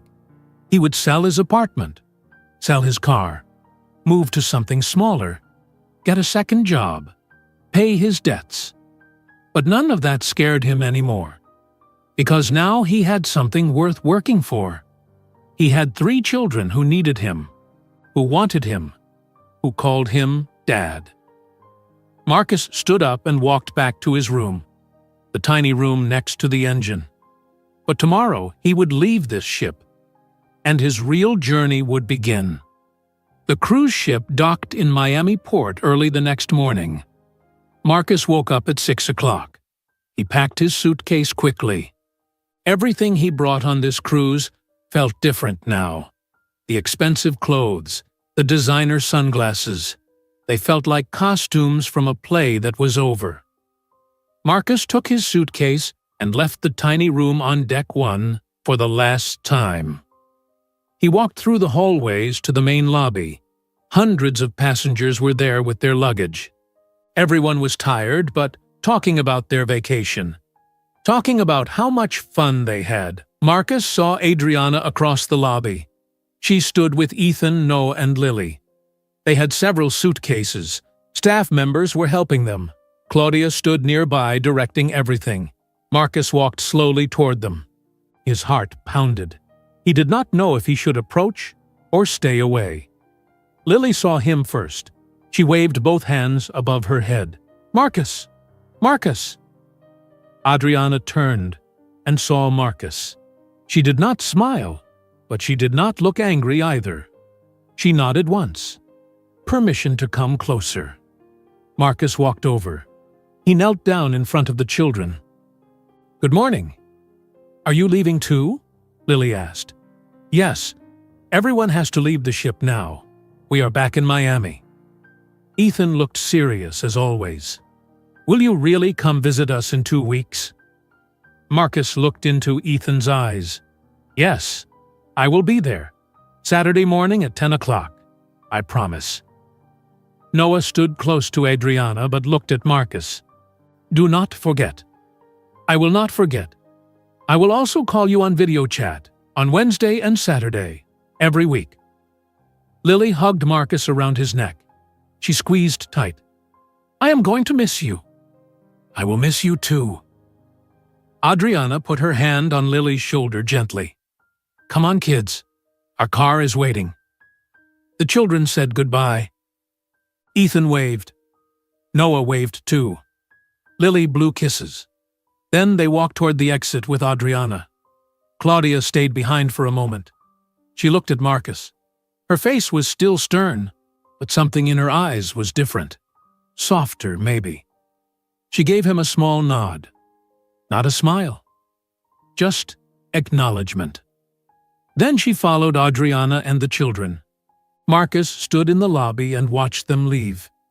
They walked through the big doors and disappeared into the crowd of people outside. Marcus felt an ache in his chest.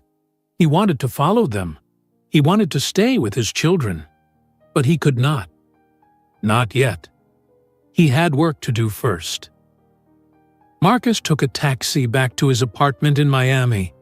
The apartment was on the 10th floor of a modern building. It had floor-to-ceiling windows with a view of the water. The furniture was expensive and stylish. Everything was decorated to look impressive.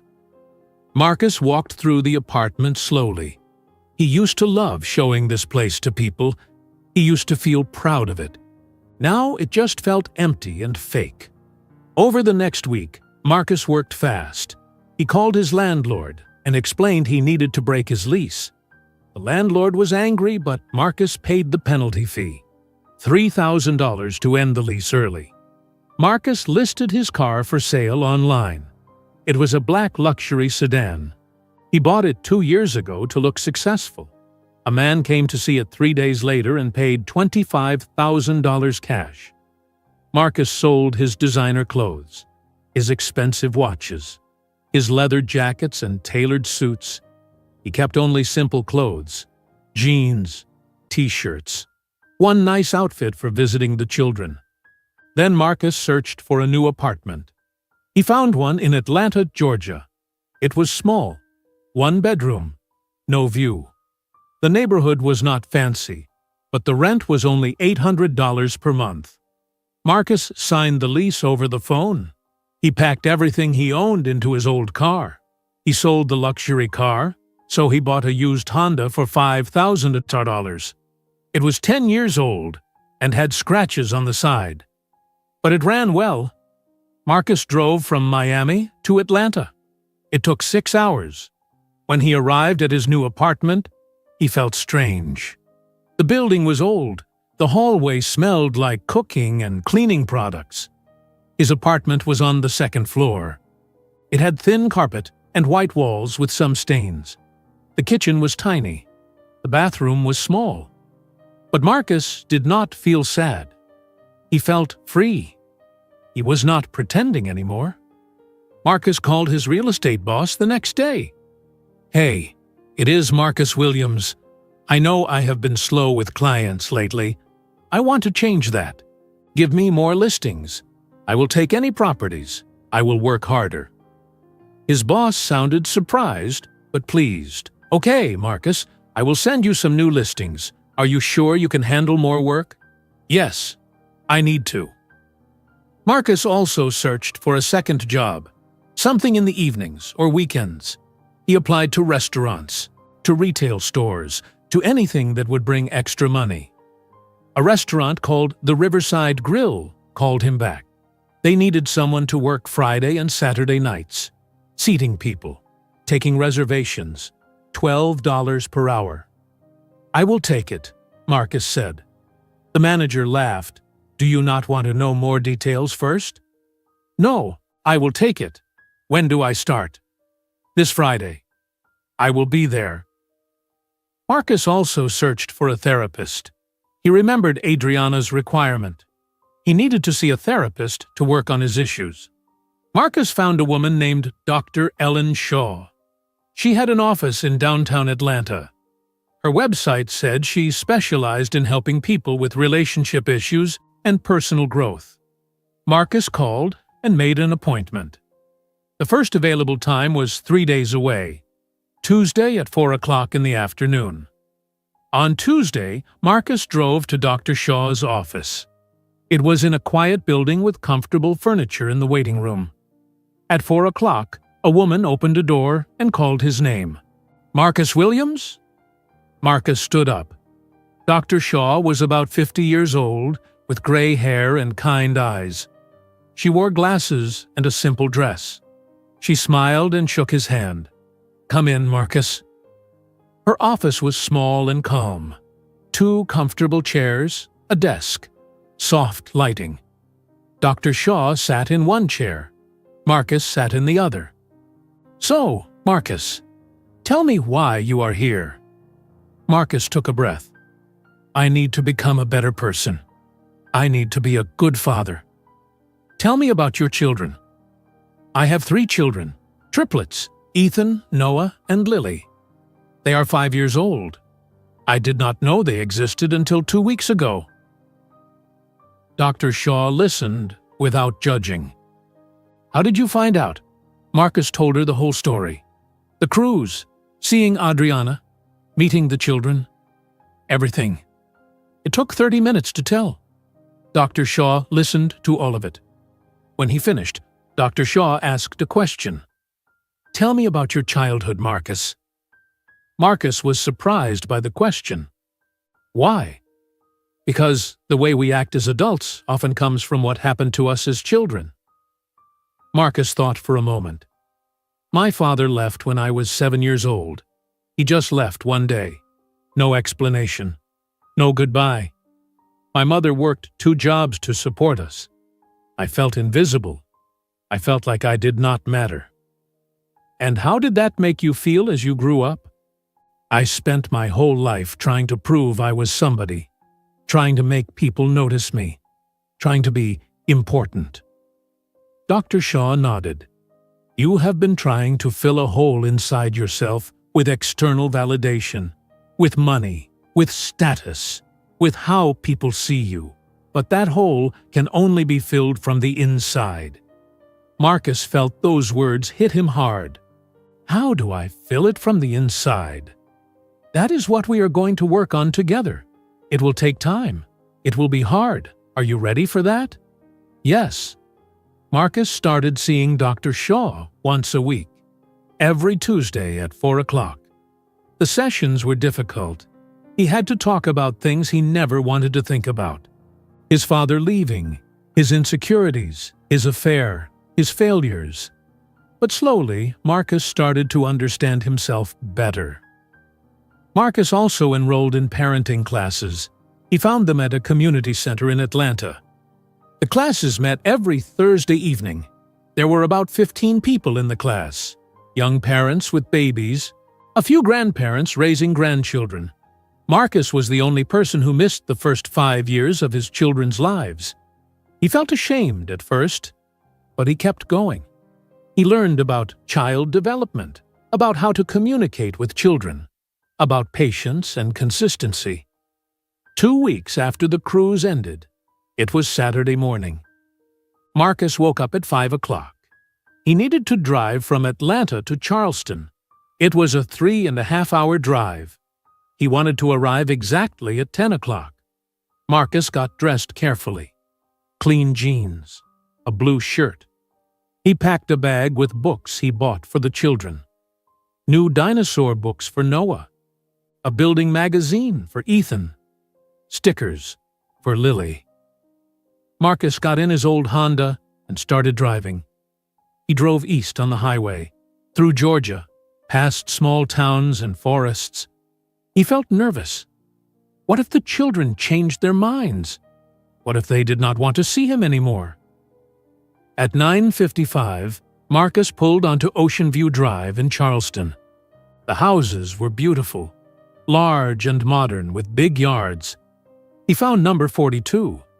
It was a white house with blue shutters, a big tree in the front yard, a swing hanging from one of the branches. Marcus parked on the street. He checked his watch. 9:58. He walked to the front door. At exactly 10 o'clock, he rang the doorbell. The door opened. Adriana stood there. She wore jeans and a gray sweater. Her hair was loose around her shoulders. She looked at Marcus. Then she looked at her watch. "You are on time. That is a good start." Marcus smiled nervously. "I keep my promises now."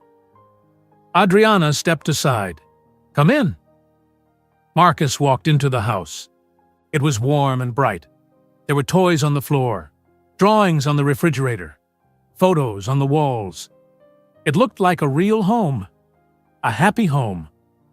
Suddenly, 3 voices shouted from upstairs, "Marcus!" Ethan, Noah, and Lily ran down the stairs. Lily reached him first. She crashed into him with a hug. Ethan and Noah followed. "You came! You really came!" Lily said. Ethan looked relieved. "I told them you would come." Noah smiled shyly. "Do you want to see our Lego city? We made it bigger." Marcus felt warmth spread through his chest. "Yes, show me everything." Marcus spent the afternoon with his children. They showed him the Lego city in their playroom. It covered the entire floor. Ethan explained every building he designed. Noah showed Marcus his bookshelf full of animal books. Lily performed 3 different dances and made Marcus clap after each one. At 5 o'clock, Adriana called from downstairs. "Dinner is ready."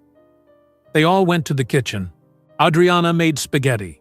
Simple food, paper napkins, plastic cups. Nothing fancy, but it felt more important than any expensive restaurant Marcus ever went to. After dinner, Marcus said goodbye. Lily hugged him tight. "When will you come back?" "In 2 weeks, and I will call you on Wednesday, on video chat." Ethan held out his hand. Marcus shook it seriously. "Okay, we will be waiting." Noah whispered, "Thank you for coming." Marcus drove back to Atlanta that night. The drive was long and dark, but Marcus felt something he had not felt in years. He felt happy, real happiness, not the fake happiness of expensive things and social media posts, real happiness from being with people he loved. When Marcus arrived at his small apartment, he looked around, at the thin carpet, the stained walls, the tiny kitchen. This was his life now. No views, no luxury, just real life. And it was enough. Marcus kept his promises, every single one. For the next 5 years, Marcus visited his children in Charleston every other weekend. He drove the 3.5 hours from Atlanta over and over. Sometimes the drive was easy. Sometimes it rained or snowed. Sometimes Marcus was exhausted from working 2 jobs, but he never missed a visit. Not once. He also called on video chat every Wednesday and Saturday evening. The children would sit together on the couch in Adriana's living room.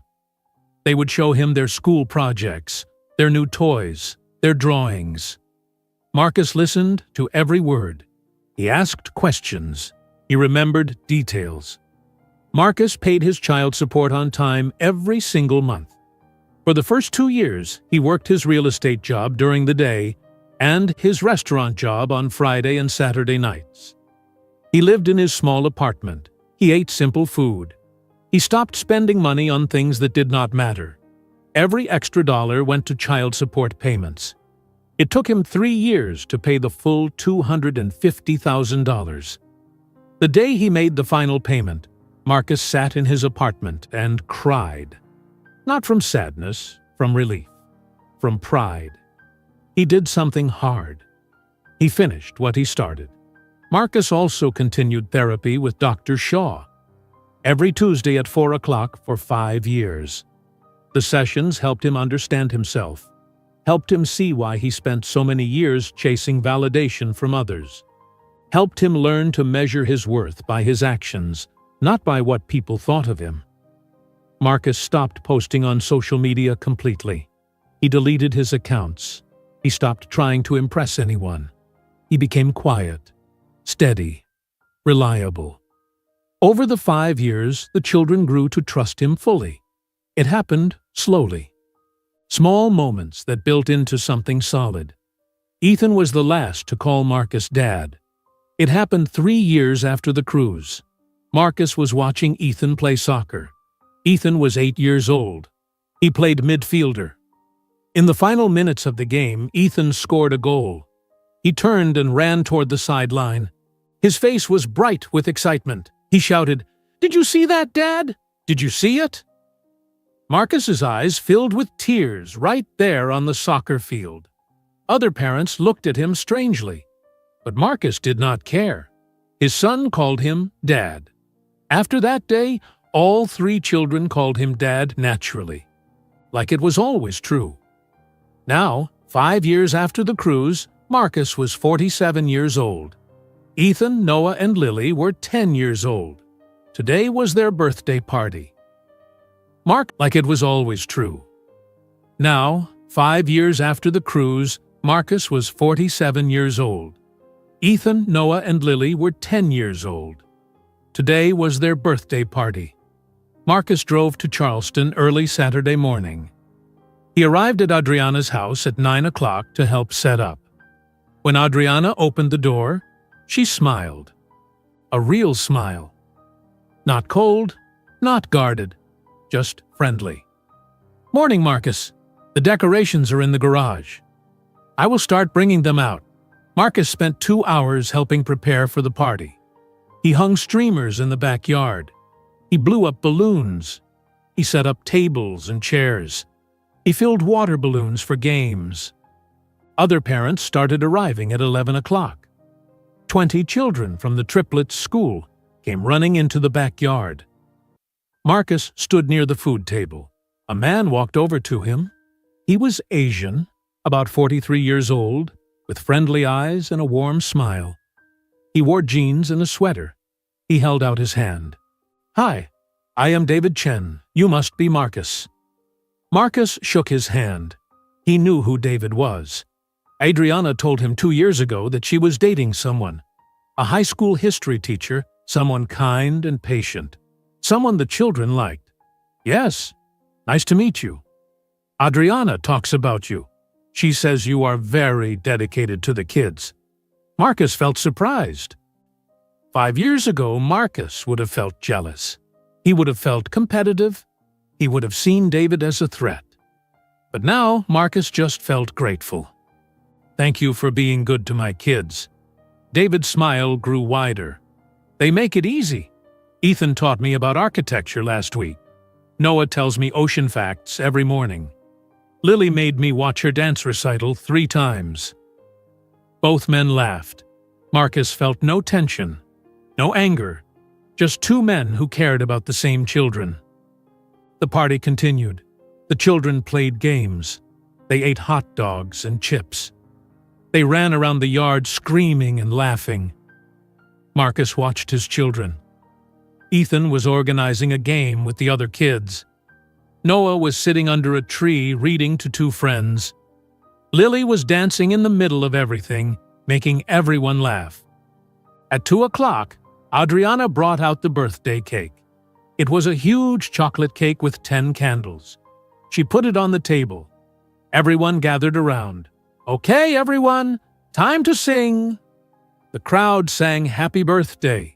Ethan, Noah, and Lily stood in front of the cake together. Their faces glowed in the candlelight. Adriana and David stood on one side of them. Marcus stood on the other side. The children looked at each other. Then they blew out the candles together. Everyone clapped and cheered. After the cake, the children opened presents. Marcus gave each child their gift. For Ethan, a book about famous architects. Ethan loved it. For Noah, a science kit about marine biology. Noah's face lit up. For Lily, a journal with her name engraved on the leather cover. Lily hugged the journal to her chest. "Thank you, Dad! This is perfect!" By 5 o'clock, all the guests left. The backyard was covered with trash and decorations. Marcus started cleaning up without being asked. He picked up paper plates. He deflated balloons. He folded chairs. Lily sat on the porch steps. She looked tired, but happy. Marcus sat next to her. "Did you have a good birthday?" "The best. This was the best birthday ever." "I am glad." Lily leaned her head on Marcus's shoulder. "I am glad you are here, Dad." Marcus felt his throat get tight. He put his arm around her. "Me too, sweetheart. Me too." As the sun started to set, Marcus prepared to drive back to Atlanta. He said goodbye to the children. They were watching a movie in the living room with David. They waved but did not get up. They were comfortable. They knew Marcus would be back in 2 weeks. They knew he would call on Wednesday. Adriana walked Marcus to his car. They stood in the driveway. The evening air was cool. Crickets made noise in the trees. "Thank you for helping today," Adriana said. "Of course, I like helping." They stood in silence for a moment. Then Adriana spoke again. "You have changed." Marcus looked at her. "I had to. The kids love you. They talk about you all the time. Ethan wants to be a real estate agent like you. Noah asks me every day what time Dad is calling. Lily writes about you in her journal." Marcus felt emotion rise in his chest. "They are the best thing that ever happened to me. Thank you for giving me a chance." Adriana nodded slowly. "You earned it. You showed up. You kept your promises. You worked hard. You changed." Marcus looked at the house, at the warm lights in the windows, at the swing in the front yard. "I do not regret what happened. The cruise, the confrontation, all of it. It needed to happen." Adriana smiled slightly. "I do not regret it either. I was so angry when I saw you on my ship with that girl. I wanted to punish you. But really, I just wanted you to face what you did. I wanted you to see your children. I am glad you did. I would still be lost if you had not." They stood quietly. Then Adriana said something Marcus never expected to hear. "I forgive you, Marcus. It took me 5 years, but I forgive you." Marcus felt tears come to his eyes. "Thank you. That means everything. I do not forget what happened, but I see who you are now. You are not the same man who left me. You are a good father." Marcus wiped his eyes. "David seems like a good man." "He is. He is patient and kind. The kids love him. I am glad you found someone like that. You deserve to be happy." Adriana looked surprised, but she smiled. Thank you. Marcus got into his old Honda. The car had over 100,000 miles on it now, but it still ran. Ethan, Noah, and Lily ran out of the house. They stood in the driveway with Adriana and David. They waved as Marcus drove away. Marcus looked in his rear-view mirror. He saw his children standing there, safe, loved, happy. They had two parents who cared about them. They had David, who treated them well. They had a stable home. They had everything they needed. Marcus was part of that family now, not in the way he once imagined. Not living in the same house, not married to their mother, but part of their lives, part of their story. As Marcus drove through the night back to Atlanta, he thought about the man he used to be. The man who sent a photo of a luxury cruise to make his ex-wife jealous. That man was empty, desperate, lost. The man Marcus was now lived in a small apartment, worked hard at 2 jobs, drove an old car. But he was full. He had his children's love, their trust, their respect. Marcus arrived at his apartment at 11 o'clock. He walked up the stairs to the 2nd floor. He unlocked his door and walked inside. The apartment was small and simple, but on the refrigerator were drawings the children made for him. Ethan drew a building with Dad's office written on it. Noah drew an ocean scene with whales. Lily drew a picture of their whole family holding hands. On the table was a calendar. The next visit was circled in red marker. 2 weeks away. Marcus looked at the drawings. He smiled. He finally understood what it meant to be rich. It had nothing to do with money, nothing to do with status or views or expensive things. It had everything to do with love, with showing up, with keeping promises, with being present. You cannot run from your responsibilities. The past will find you. Marcus learned that the hard way, but he also learned something else. If you face the past with humility and real effort, redemption is possible. Parenthood is not a right. It is a privilege you earn every single day through sacrifice and love and presence. Marcus turned off the lights in his small apartment. He went to bed. Tomorrow was Sunday. He would rest. Then Monday, he would go back to work. Wednesday, he would call his children. In 2 weeks, he would drive to Charleston and see them again. This was his life now, simple, honest, real, and it was enough. If you enjoyed today's video, I'm sure you'll love the next one. Don't waste time. Just click on the screen